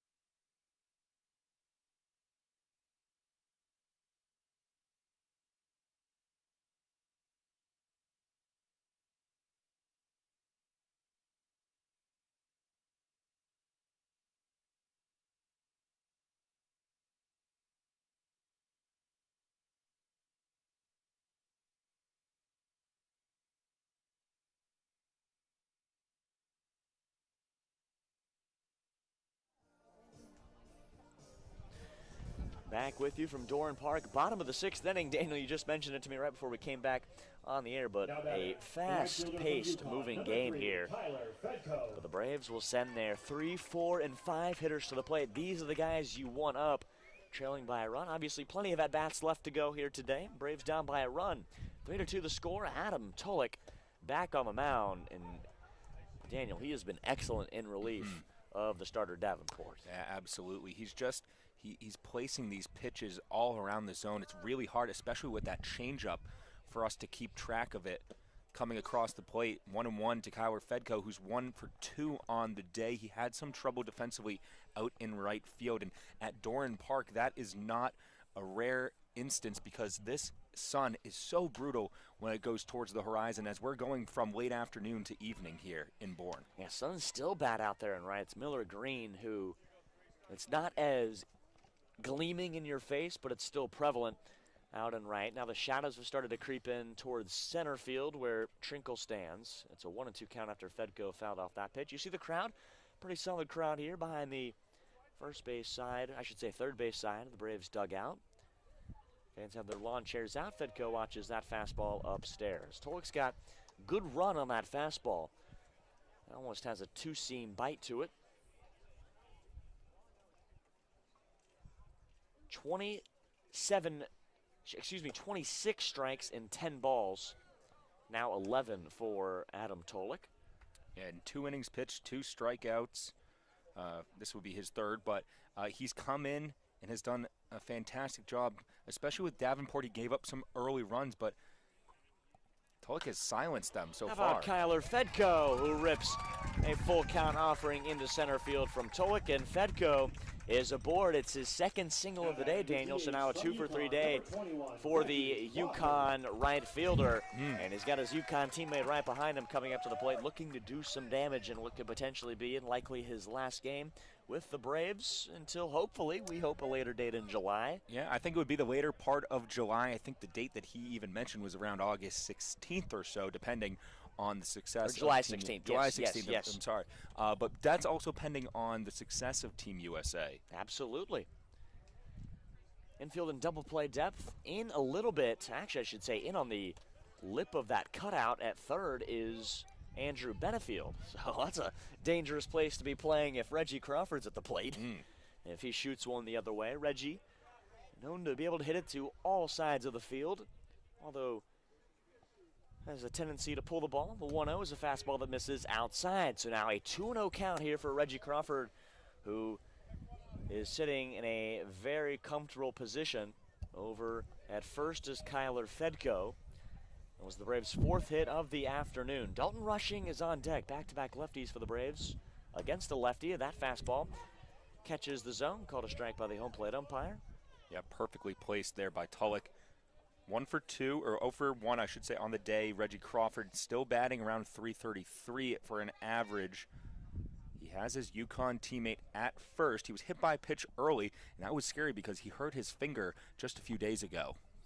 2-1 count to Reggie Crawford. Swing and a miss, a fastball in a very similar spot on the outside half. So now Reggie even in the count here, 2 balls and 2 strikes. Reggie was only held out of the lineup one day due to that potential scare he had with the fingers, but I heard it was just the Braves being a little more cautious with their big star. Tulik delivers, and Reggie Crawford swings and misses, strike 3. A nice fastball, and Tulik went to the same spot 3 consecutive pitches and retires the Braves DH, 1 out. Yeah, he was ahead 2-0. Battling back was Tulik. And only 2 opportunities left, 2 outs to play with. So with Keller Fredko getting on with no outs, it's not the way Reggie Crawford wanted to answer.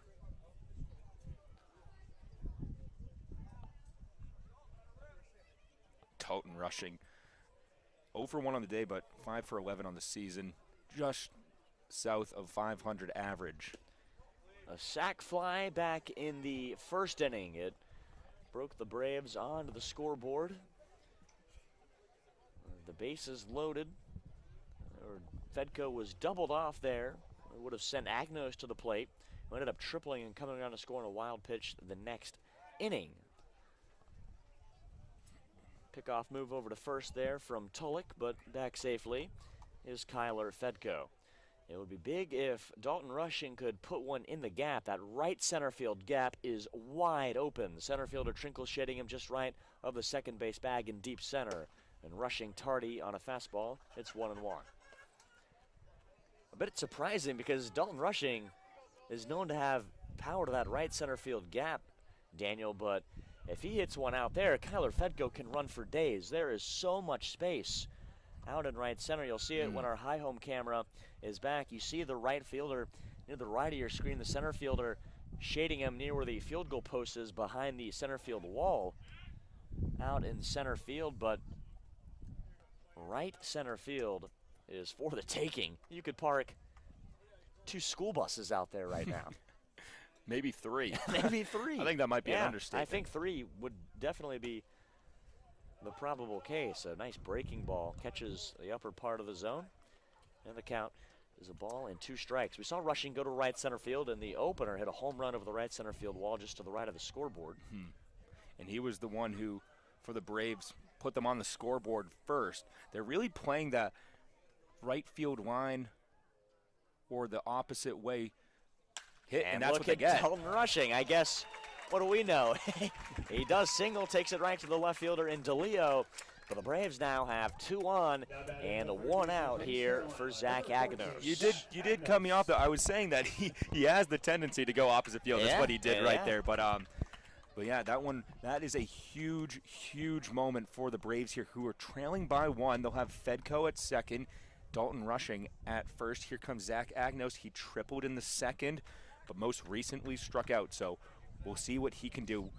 A couple opportunities here with Colby Thomas on deck.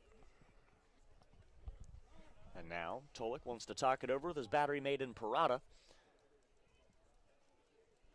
Zach Agnost 1 for 2. He struck out in the 4th against Tulik after tripling off of the starter Davenport. Colby Thomas is on deck. Thomas is 0 for 2. He's popped out to the first baseman Grice twice today.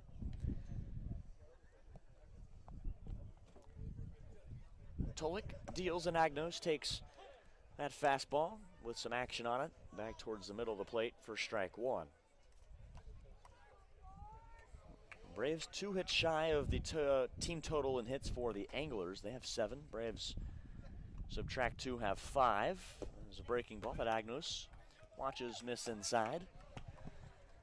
These are opportunities, Daniel, in which when you're trailing, if possible, you got to capitalize. And you got Agnost and Colby Thomas, and to the point we talked about at the beginning of the game, this is the part of the order that you wanted to see if they could come through here today, especially when you need it most. You got good speed on at second, and Fredko Rushing, who runs well for his size, on at first.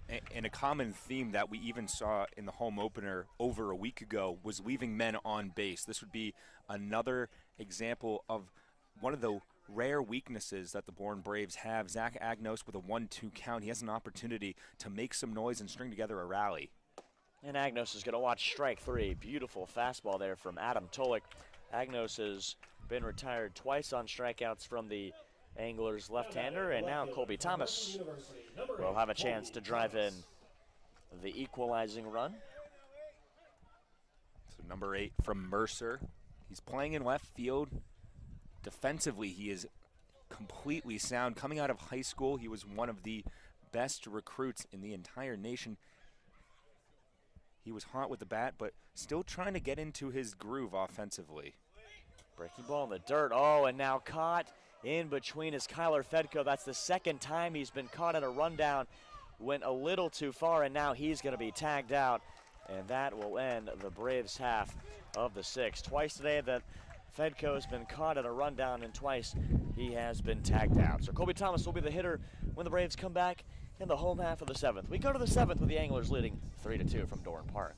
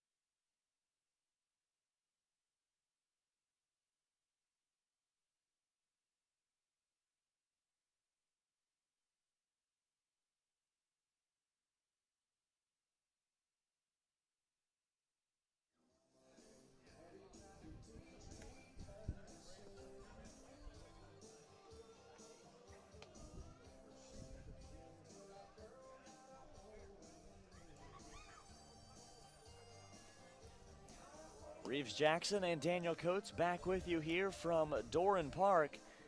And Daniel, as we head to the top of the 7th, the Braves have ran themselves out of 2 potential opportunities to score today, as I just looked up and the lights have come on here at Doran Park. So as the sun is setting, Jake Bennett back on the mound. But Daniel, this is a pitching staff, and here Jake Bennett and whoever comes on after him, they're going to have to be shut down for the Braves to have an opportunity to tie this game up. Yeah, most certainly. Jake Bennett needs a quick inning here. And the problem is that the Braves haven't gotten into a rhythm at the plate. They haven't been able to string together solid at-bats.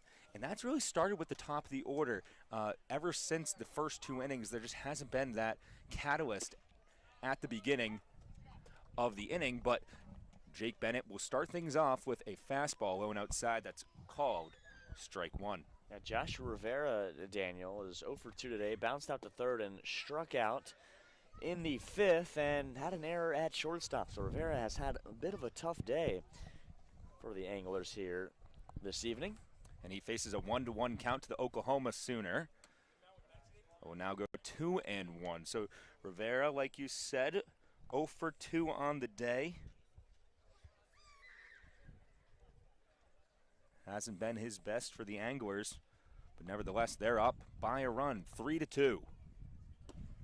And that breaking ball drops in on the black, 2-2.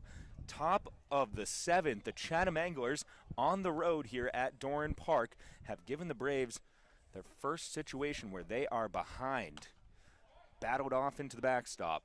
It's 2-2. Jake Bennett coming right after him here in Rivera. And Bennett taking over for the Chippewa early on in Patty, where Patty actually relieved Jake Bennett in the last game. And that will do it for Rivera.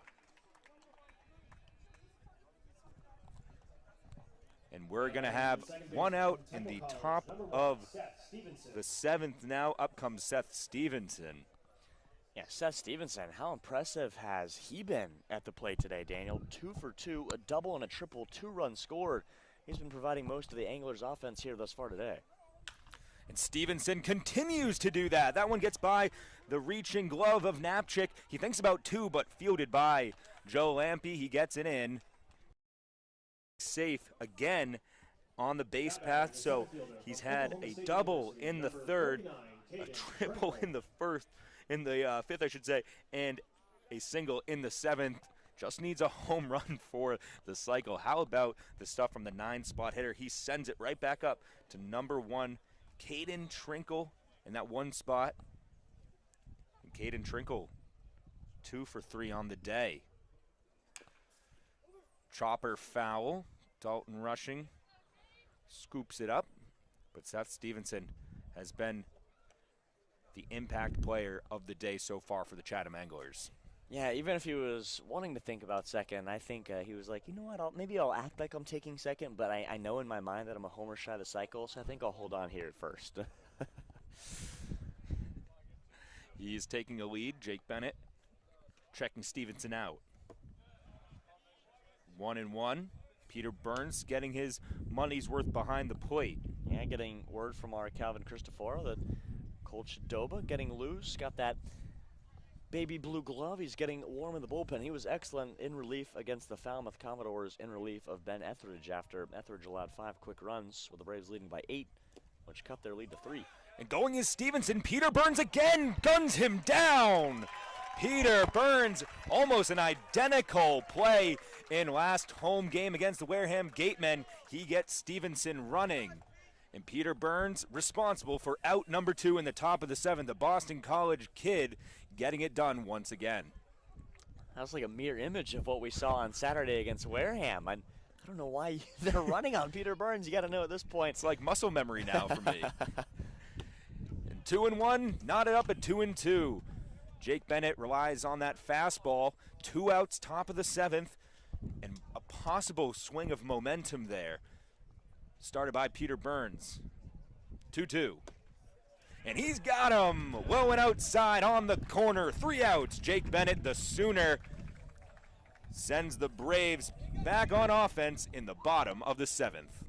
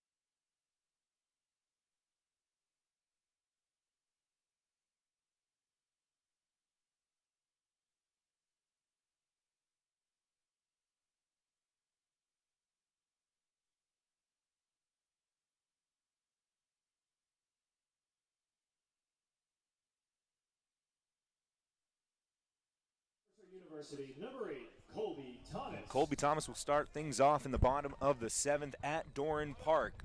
The Braves trail for the first time this entire season 2-3 to the Chatham Anglers. Colby Thomas 0 for 2 on the day. He's popped out twice to Grice at first, and he almost does it again, but it stays foul.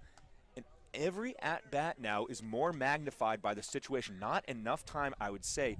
This is the crunch part of the game. Bottom of the 7th.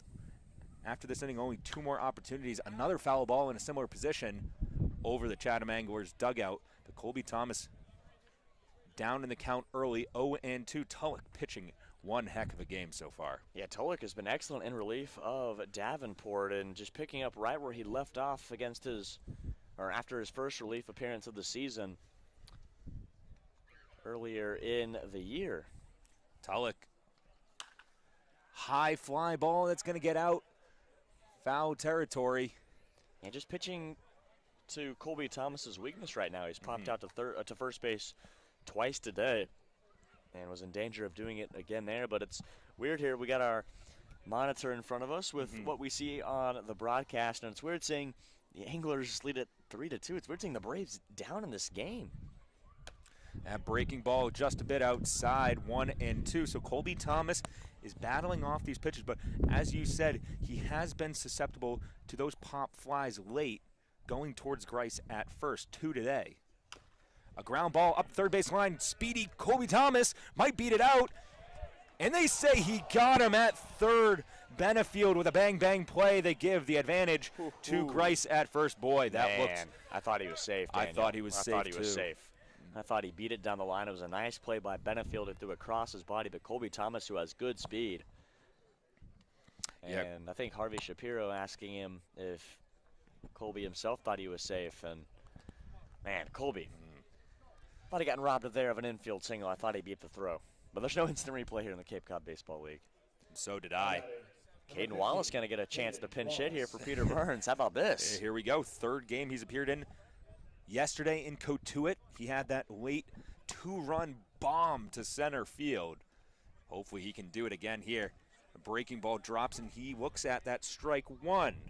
I haven't seen many things in my life that are more impressive than the two guys of Reggie Crawford and Caden Wallace take batting practice. They know how to put on a show here in the Cape Cod League. Caden Wallace, just in his short tenure for the Braves, is his third game that he has appeared in. He's facing a 1-1 count .285 average. He fouls that one, 1 and 2. Tulik going right after him. But he does have that homer that extended the lead for the Braves yesterday in Tulik. He also has 3 RBIs, so he has made an impact quickly. We've seen him in the outfield for Harvey Shapiro. Decides not to put him in the lineup today, and we might need him, and that's why he is pinch hitting right now. 2 and 2 after the high fastball from Tulik. Yeah, Caden Wallace with a no-doubter over the center field fence yesterday at Katuitt, and carried well into the trees just behind the 397 sign in center. 2-2 breaking ball makes it a full count. A good eye by Caden Wallace with Tanner Schobel from Virginia Tech on deck. Only 1 out, bottom 7. Almost, I would say, a crucial moment in this game if the Braves want to battle back. Full count, swinging and a miss. Caden Wallace goes down swinging. And here comes Tanner Schobel trying to keep the hopes alive for the Bourne Brave offense in the bottom of the 7th. Number 27, Tanner Schobel. A disappointing at-bat for Caden Wallace, who had such an impressive day yesterday. 2 outs for Tulik. High fly ball, it might get out of here. Chasing is Grice. He's got it just at the fence. And that will do it for the bottom of the 7th. Again, the Bourne Braves just can't find their rhythm on offense. They're going to be taking the field in the top of the 8th. The final 2 innings, and the Braves trail for the first time this entire season.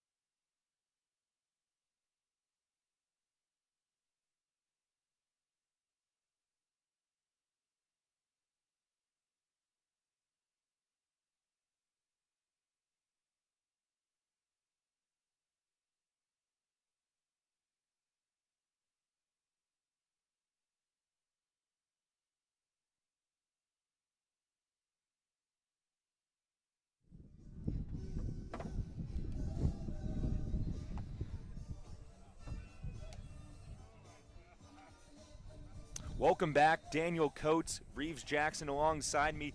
The Bourne Braves, who are 6-0 coming into this home game against the Chatham Anglers, are now trailing 3-2, top of the 8th.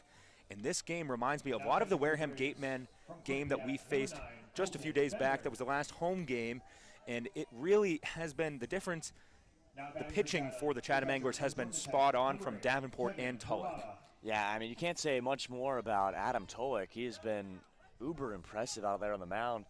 We talked about it a lot with these Big 12 pitchers, one on the mound and Jake Bennett, obviously Tulik at West Virginia, but that's a tough offensive powerhouse in the Big 12. That the offenses that you have to go up against are dangerous. So those numbers are a bit a high different. blooper.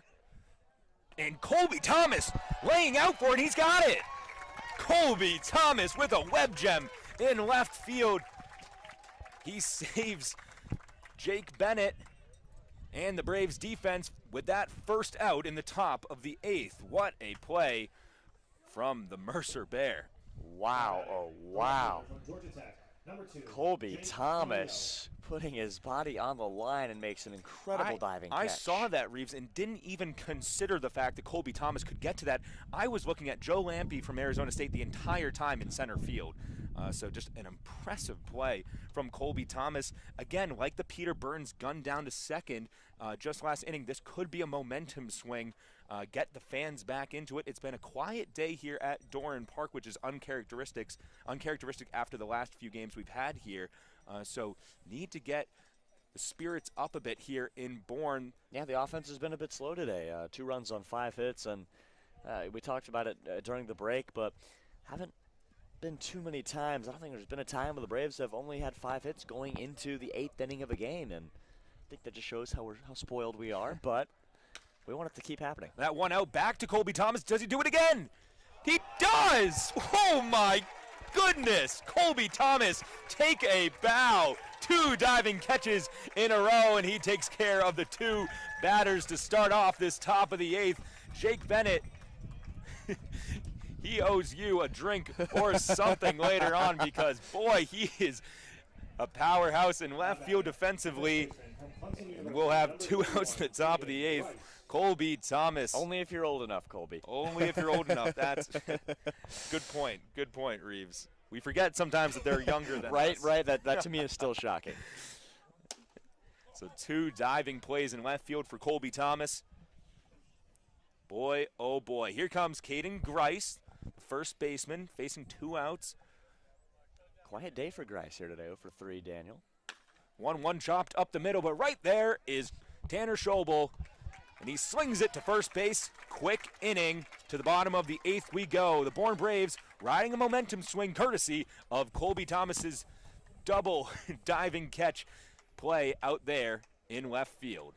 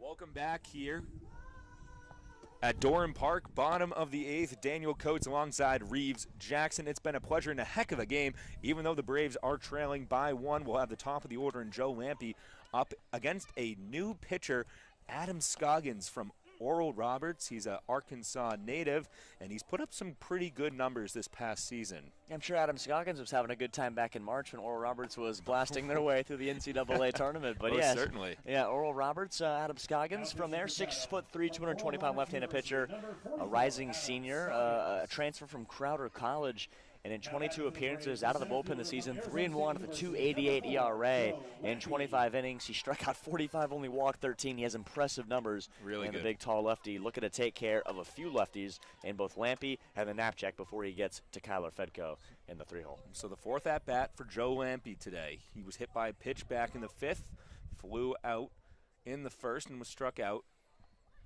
in the 3rd. He check swings and misses on that first pitch from Scoggins. So good pace on that fastball on the inside.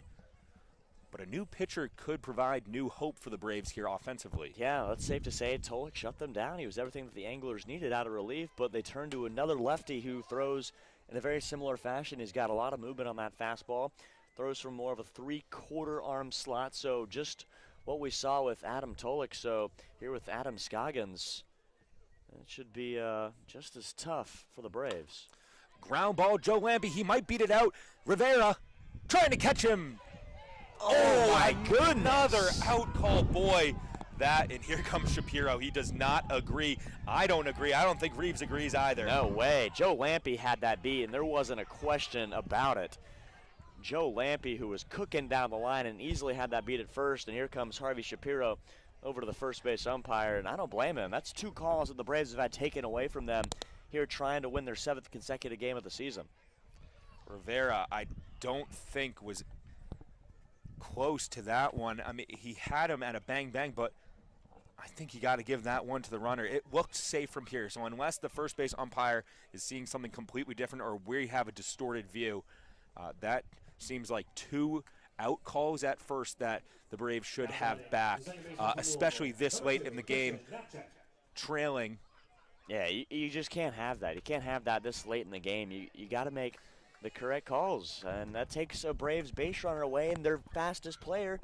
That takes a prime opportunity away from the Bourne Braves, and just unfortunate for them. So according to the first base umpire, Joe Lampe did not beat out the throw from Rivera at short. 1 out. Scoggins takes care of Joe Lampe. Showing bunt is Knapcheck. He misses. 0-1. Knapcheck often shows bunt, and he usually gets it down. Another part of the game that's emphasized in batting practice. So Scoggins working out of the stretch. The 0-1. That breaking ball makes it 0-2. Knapcheck passed on it. The infield in their normal positions, no shift. Still a decent gap out there in right center. 0-2. Battled off towards Cape Cod upper deck. It's foul.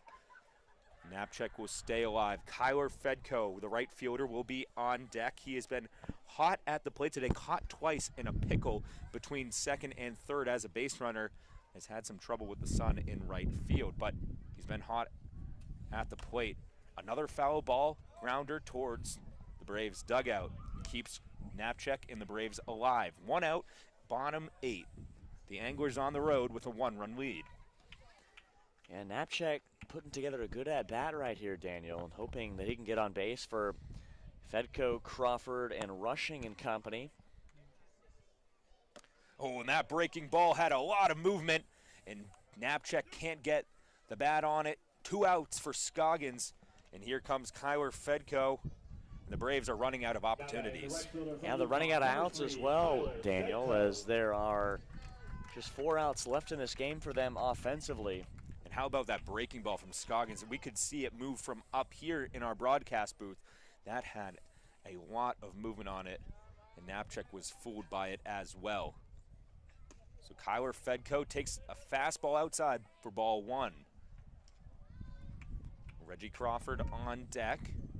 We expect his departure in the next day or so for Team USA. But his teammate Keller Fredko facing a 1-0 count. Now a 2-0 count after that fastball misses high. Yeah, it'd be big to get a 2-out base runner. Obviously, you get a speedy Fredko on at first base, and you have Reggie Crawford who can put one in the gap at any given moment, or he can put one over the wall at any given moment. So that's the thing about this Braves offense. It is a never say die attitude at the plate. Swing and a miss for Fredko, almost knocked his helmet off. 2-1 count. Yeah, Fredko's had a good day at the plate, 2 for 3, but has made a few base running miscues and ran the Braves out of a big opportunity back in the 6th inning.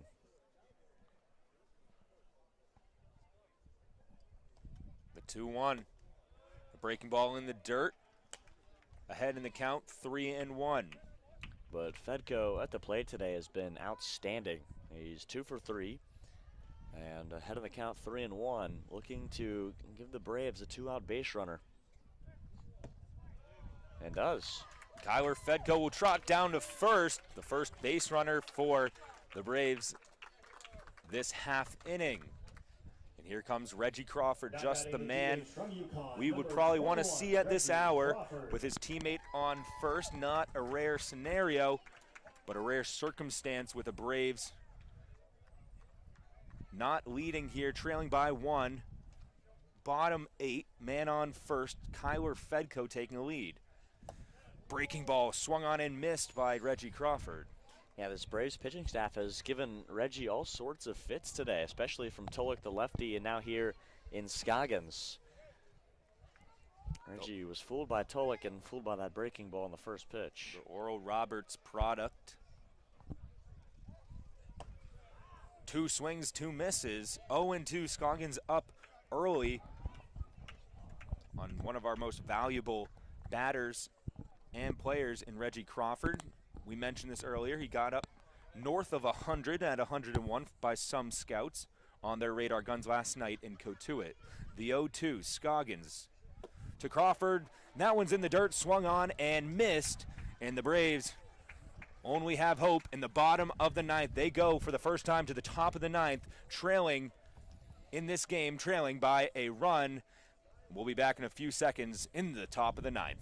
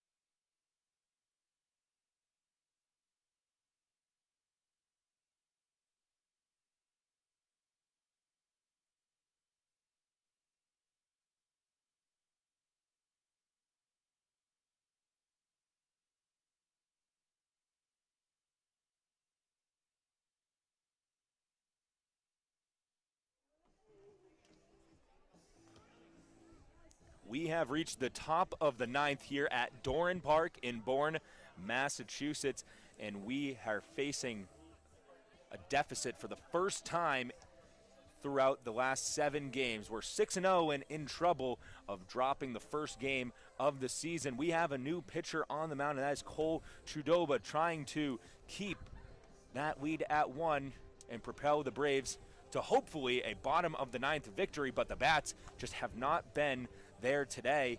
Only 5 hits on the day. And just tell us a little bit about Cole Chudoba. We've seen him before, and he has done successfully. Yeah, Cole Chudoba obviously was out of relief for Ben Etheridge at Falmouth on Wednesday. Chudoba was excellent. He picked up the win. 3 innings, 1 hit, no runs, and 4 strikeouts. Did not walk a hitter either. Was effective and threw strikes. And here, Daniel, will have the 5, 6, and 7 hitters in Miller, Green, Chick, and Benefield before the Braves have their 5, 6, and 7, likewise in the bottom half of the 9th inning. So Cole Chudoba starts off Lyle Miller Green with the strike. It's 0-1 here in the top of the 9th inning. The Braves will be trailing by at least a run, we know, going to the bottom of the 9th, hoping for potentially a tie, but they're going to go for the win, obviously, as Chudoba sends in a nice slider, 0-2. Braves have played excellent defensively, nothing new there. The pitching staff has been, for the most part, excellent, just aside from the 2 runs allowed by Jake Bennett, as Chidoba gets Lyle Miller Green looking with a fastball, and on 3 pitches retires the leadoff hitter for the Anglers. Brilliant pitch by Chidoba, quickly fooling Miller Green. That will make him 0 for 4 on the day. He grounded out twice. That's his 2nd strikeout of the day. He looked at that one, but swung on one. Cameron Chick is 1 for 3 today and digs in from the left-handed batter's box, watches the first one miss downstairs. So when the Braves come back up to the plate in the bottom of the 9th, Daniel, they'll have Dalton rushing, Zach Agnost, and Colby Thomas. So definitely a part of the order that can produce, and they'll be looking to against, we'll see if it's still Adam Scoggins after he looked excellent against the Braves half in their half of the 8th. 1-1 the count. Cole Chidoba from Assumption College, transferring to the University of Connecticut, so safe to say we can call him another beast from the Big East. As I was just going to say that, Reese. But no, and you can't say enough about what UConn has been producing for us, as well as Xavier. And you know, there's just been so much talent coming out of there. Not to be unsuspecting of the Big East, but you would think players from the SEC, the Pac-12, the ACC would be the main producers, and these guys are proving that the Big East is legit college baseball. Yeah, they absolutely are, and the level of talent of the Big East being shown here on the Cape as a slider outside corner, and take a seat, Cameron Chick, as Cole Chidoba is running through this Chatham Anglers lineup through 2 batters. And back-to-back strikeouts looking for Chidoba, and it'll bring up the likes of Andrew Benefield, who is 0 for 3 today. He struck out swinging in the 2nd before flying out to Joe Lampe in the 4th, and then bounced out over to Tanner Schobel in his last plate appearance. Chidoba is turning into one of the Braves' best relief pitchers here early on in this season. Just his 2nd appearance, but it's quite clear, Daniel, the kid has great stuff, and he has been dominant here early on in the season. Facing an Andrew Benefield who's 0 for 3 on the day. The righty digs in against Cole Chidoba. He misses there, but he is feeling it right now. 2 batters faced, not including Benefield here, but 2 batters struck down. And the Assumption to UConn transfer is making quick work, it seems. Has to face this batter, though. Bounce to short in the hole. Nice stop, Tanner Schobel on the backhands. Got to be quick to get Benefield. Scooped up over there, and he got him. A great play by Tanner Schobel deep in the hole. So Cole Chidoba has a 1-2 inning for the Bravos. They come up to the plate, trailing for the first time in the bottom of the 9th, looking to at least tie, or potentially when it's Dalton rushing, Zach Agnost and Colby Thomas do up when we come back from Doran Park.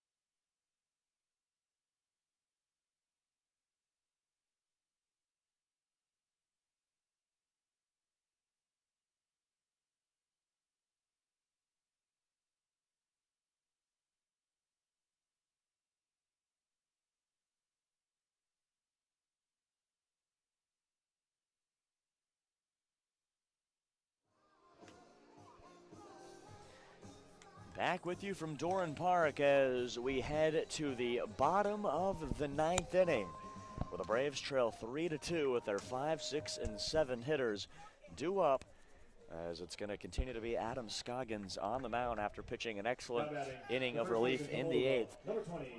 And Chatham entrusting the big lefty wearing number 44 to close out the Bourne Braves, Daniel, and hand them their first loss here in this 2021 season. And Dalton Rushing will start things off. He has a sac fly to right field for an RBI. High chopper over there towards Grice, and that's going to roll foul.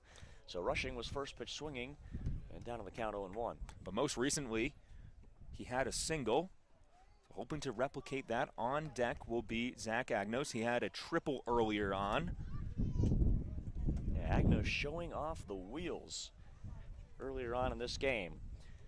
Braves in danger of dropping to 6-1, but they have one more shot at it against the Anglers here in the last half frame of this game regardless. Here in the new Cape League rules in 2021 as Rushing watches that slider miss outside and the count runs even. If we're able to reach the 8th spot, it's where Caden Wallace had earlier pinch hit for Peter Burns. It'll be Colton Bender if the Braves don't go in order here in the 9th.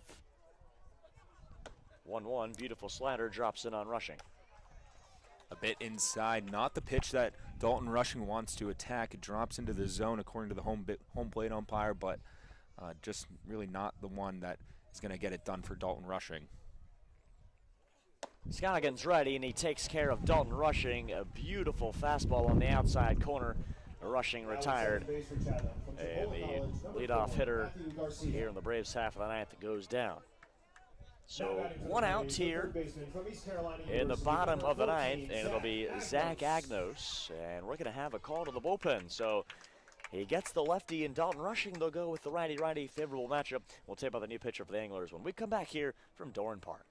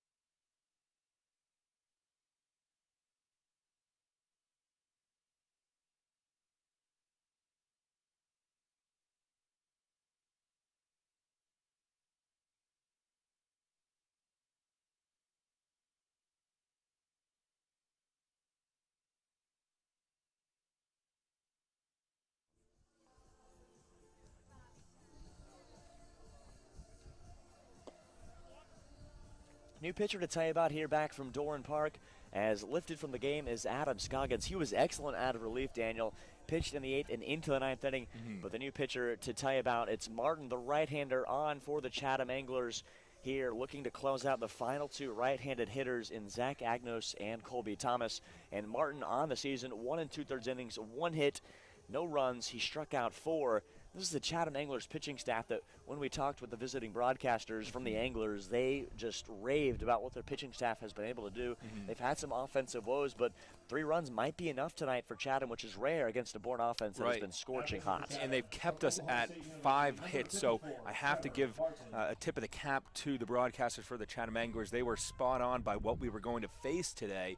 Let's see if Zach Agnost and Colby Thomas can string together a couple of hits to add to those 5 hits that we already have, or just send it up into that jet stream that's traveling towards left center. Trevor Martin from Oklahoma State, the right-hander, toes the rubber.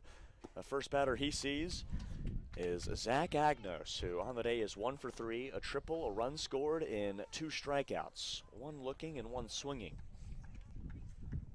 The latter half was His looking strikeout, 1-0 from Martin, and Agnost is going to rip this into left, and that's going to fall shy of DeLeo, and Zach Agnost has given the Braves faithful some hope here in the bottom of the 9th inning. And that gets the crowd on their feet. They're feeling it.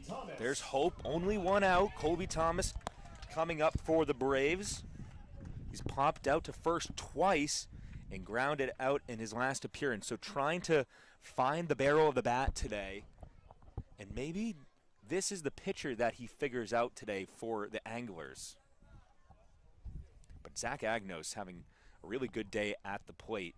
As good as of a defensive player that he is at third, the real question was if he's going to be productive at the plate. And he's proven that he has today a single and a triple. So it just shows. That's waking up. That's for sure. Absolutely. That's proving yourself. And not saying that he has to prove himself, but he's solidifying that he is an all-around player. Anglers lead at 3-2. You see on the score bug in the top left, bottom 9, 1 down. Fresh count here to Colby Thomas. Thomas is 0 for 3 today, looking to right the ship in a major way. And a first pitch slider catches the outer half, and 0-1. If the Braves are somehow able to at least come back and score a run and tie this game, or if they're somehow able to win it, it would be something to boast. Because this is a game that, quite frankly, the offense just hasn't been there. Fastball misses low and outside, but if we know anything about this team, Daniel, they can really do anything offensively at any given time. Absolutely, and we've seen that with innings that they put up 4 runs, 5 runs, 13 runs in total in Falmouth. So they have no lacking of firepower. It's just a matter of getting back into the zone as far as trying to time up a pitcher and sit back on the ones that might not be in the zone and ones that you might not want to attack. Agnost leading at first, 1-1 here to Colby Thomas, and he swings and misses. Snap throw back down to first, then Agnost dives in ahead of the strong throw there from Parada. Yeah, Agnost was caught in no man's land a bit there. Lucky to have gotten back, but Parada was quick to gun it down to Grice at first. So Colby Thomas down 1-2. Colton Bender is on deck. If Thomas can't reach, Bender would represent the last hope.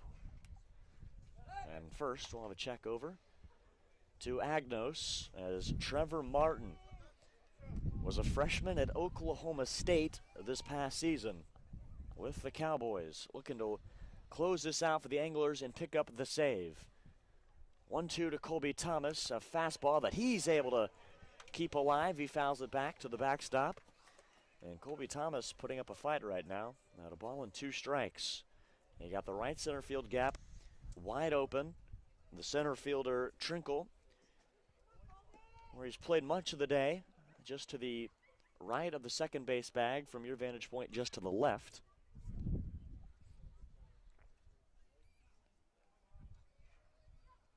Martin here from the stretch. 1-2 and a pitch out. As popping up from the squat there was Parada. And Agnost is making the battery combination of Martin and Parada worry a little bit over at first, although Agnost not exactly a threat to run, although he was cooking it to third base. Say, did you see him run on that triple? He was sprinting at full speed and was able to make a double into a triple. But Zach Agnost making some noise at first. Colby Thomas lifts it into right. In comes Miller Green, and he'll make the catch. Colby Thomas had a chance to drop that one into right field, but a nice job of the Anglers right fielder, came in and made the grab. So 2 down, and the Braves down to their final hope here tonight. It'll be Colton Bender, who came into the game defensively for Peter Burns after Caden Wallace pinch hit for the Braves catcher who started the game. So Bender, who's had good numbers on the season offensively for the Braves, will be potentially the last chance tonight. 4 for 12 on the year's Bender, a .333 average. First pitch here from Martin, a fastball that catches the corner. Really good pace from Martin right now. You can tell why he's a crucial part of the Oklahoma State Cowboys bullpen. He's throwing some gas on the mound. Anglers looking to be the first team to beat these Braves here in 2021, and they're one pitch away from doing it. Trevor Martin looking to pick up the save. 0-2 count as Colton Bender digs in. The Bourne Braves crowd cheering on Bender. Martin ready. Big right-hander deals, 0-2, and this is lined to the right, a base hit. Zach Agnost takes a turn at second, but he's going to hold on there. Braves don't want to risk making the last out on the base paths, but Bender keeping this Braves game alive here in the bottom of the ninth. Man. And it'll be Tanner Schobel.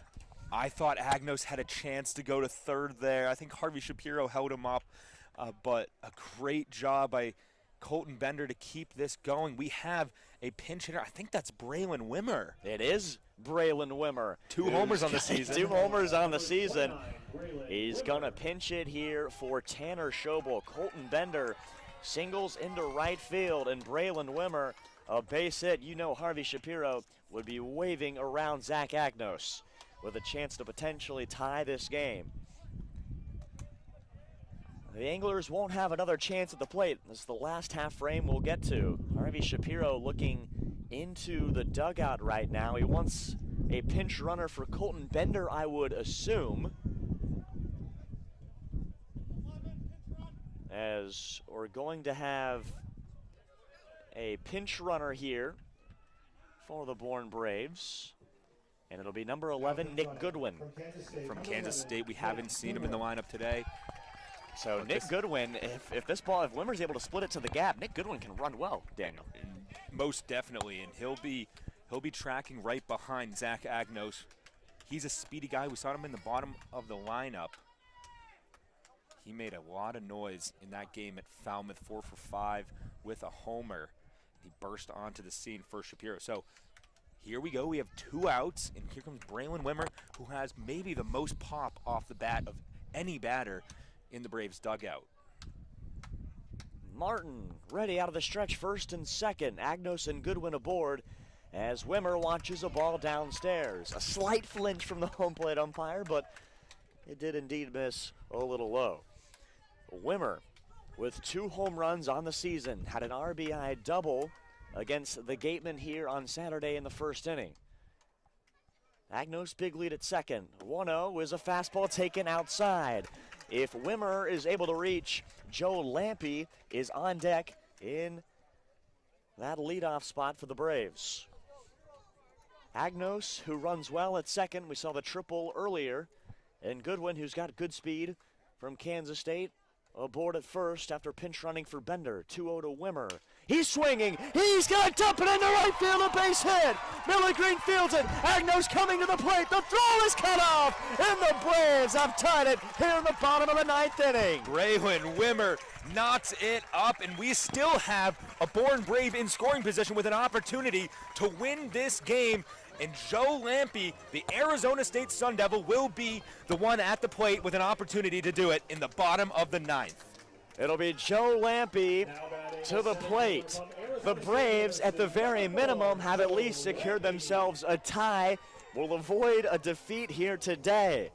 But we want more than that here in Bourne, Massachusetts. Joe Lampe up to the plate. At second is Nick Goodwin, and at first is Wimmer. How about that? And now we have Nick Goodwin, which it shows that it's a great move from Harvey Shapiro. He's having a few words with Joe Lampe right now. Joe Lampe has been, as Nick Galley even said, one of the most impressive guys, and that's the reason why he is the #1 spot in the lineup. Nick Goodwin stretching out. I think he's ready for something to be slapped here by Joe Lampe, but a great move to have Nick Goodwin at second now. He is speedy, and he's taking over for Colton Bender, but an opportunity to win this game. I think a single will do it with Nick Goodwin on second. Lampe to the plate. He's been the Braves' hottest hitter this season. And a first pitch, a fastball called strike on the outer half. We've seen a handful of ties already early on in this Cape League season in 2021. Braves and Anglers knotted up at 3, bottom of the 9th inning. Braves looking to walk it off here at Doran Park in front of a big crowd here on a Monday night. Goodwin a big lead at second. Martin to the plate. A fastball called strike on the inner half. It's 0-2. That's a tough call. That's a tough call. It was right on the borderline, but Martin getting the benefit of the doubt. Both teams with 3 runs on 8 hits. Braves looking to make it 9 and win the game. 0-2 from Martin. Lampe squibs it over to third. Fielded right there, a race to the bag, and he's out! Oh my goodness. It appeared that Goodwin got his hand in, and that's what Harvey Shapiro is arguing. It looked like Goodwin easily beat him to the bag, and Harvey Shapiro is not happy at all. That's a few times today, actually 3 times today, that the calls have not gone the Bourne Braves' way.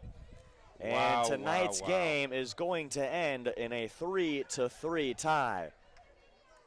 Harvey Shapiro letting the umpires hear it as they walk out of here. But I just don't know how you can call them out when it was quite obvious that Nick Goodwin slid into third and beat the tag, or I should say the force out and the step from the third baseman, Benefield. I don't think Benefield had him. I think it was a tie at the base. That's the 3rd time that I can count. Not only that, but Joe Lampe's strike call inside off that breaking ball. The umps a bit dicey. I'm not sure if we can be secure in saying that with the view that we have, but I thought Nick Goodwin was safe at third. Nevertheless, we're still undefeated, but that is a really tough way to end it, and Harvey Shapiro let the ump know. But hey, we avoided the loss. A couple funky plays at the end and funky calls as a result, but the Braves remain undefeated. Yeah, we're gonna head into an off day at 6-0-1, and that's gonna be the Chatham Anglers' 2nd tie on the season. So hey, hats off to the offense and in the bottom of the 9th there. It was really, really impressive what they did. I think they could have had a little more in the tank if Nick Goodwin's call was safe at third, which, hey, you don't know, but that's part of the game, and we're just going to have to take what we learned. And the impressive thing, I think, today was it was not our day by any means. I mean, we have, I believe, only 5 hits going into the 9th. Yeah, that 5 is hits going into the 9th inning. No pitching in the world could save you with only 5 hits. They're lucky to get this tie, I think. They really battled it out, but not the best performance.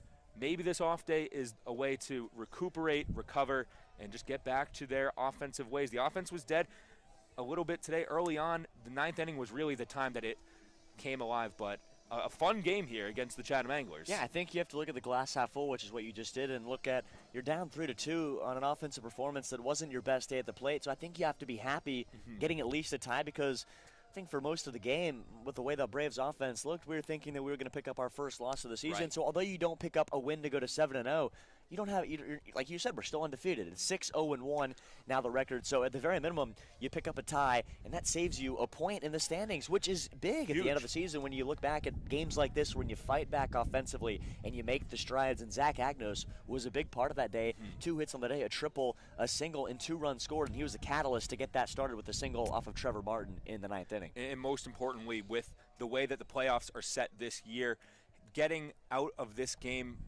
without putting one up in the loss column is huge for this team. And, you know, Harvey Shapiro, I thought, had a right to be upset with how the game ended. However, we've proven that even on our off days, even when we don't have it, we can still get out with either a victory or a draw like we saw here tonight.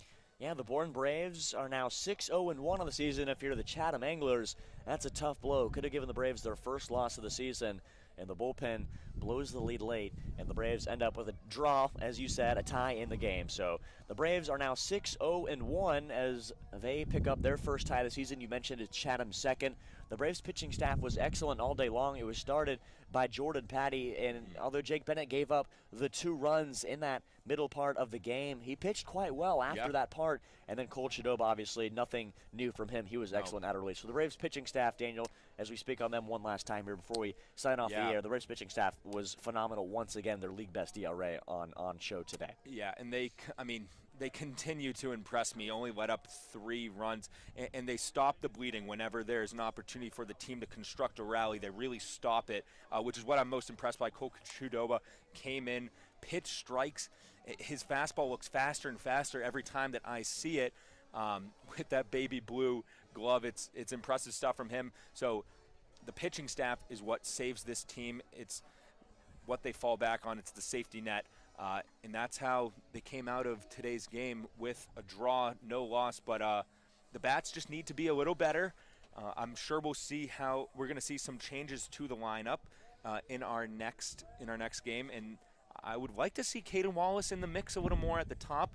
But just a few miscues today were the reason why we're not leaving Dorn Park with a victory. Chatham goes to 3-3-2 on the season. Your Bourne Braves are now 6-0-1, but stay out of the loss column. We'll be back with you on Wednesday versus the Harwich Mariners, a team that we just beat at their place by a final score of 4-1. We enjoy an off day tomorrow, our second in less than a week. But we'll be back here at home from Dorn Park on the set of a back-to-back home game stand against the Harwich Mariners and the Brewster Whitecaps. But for our entire production crew, for Megan Heyer, and for Daniel Coates, my broadcast partner, my name is Reeves Jackson. We'll be right back here on Wednesday, so don't miss it on the Bourne Braves YouTube live stream.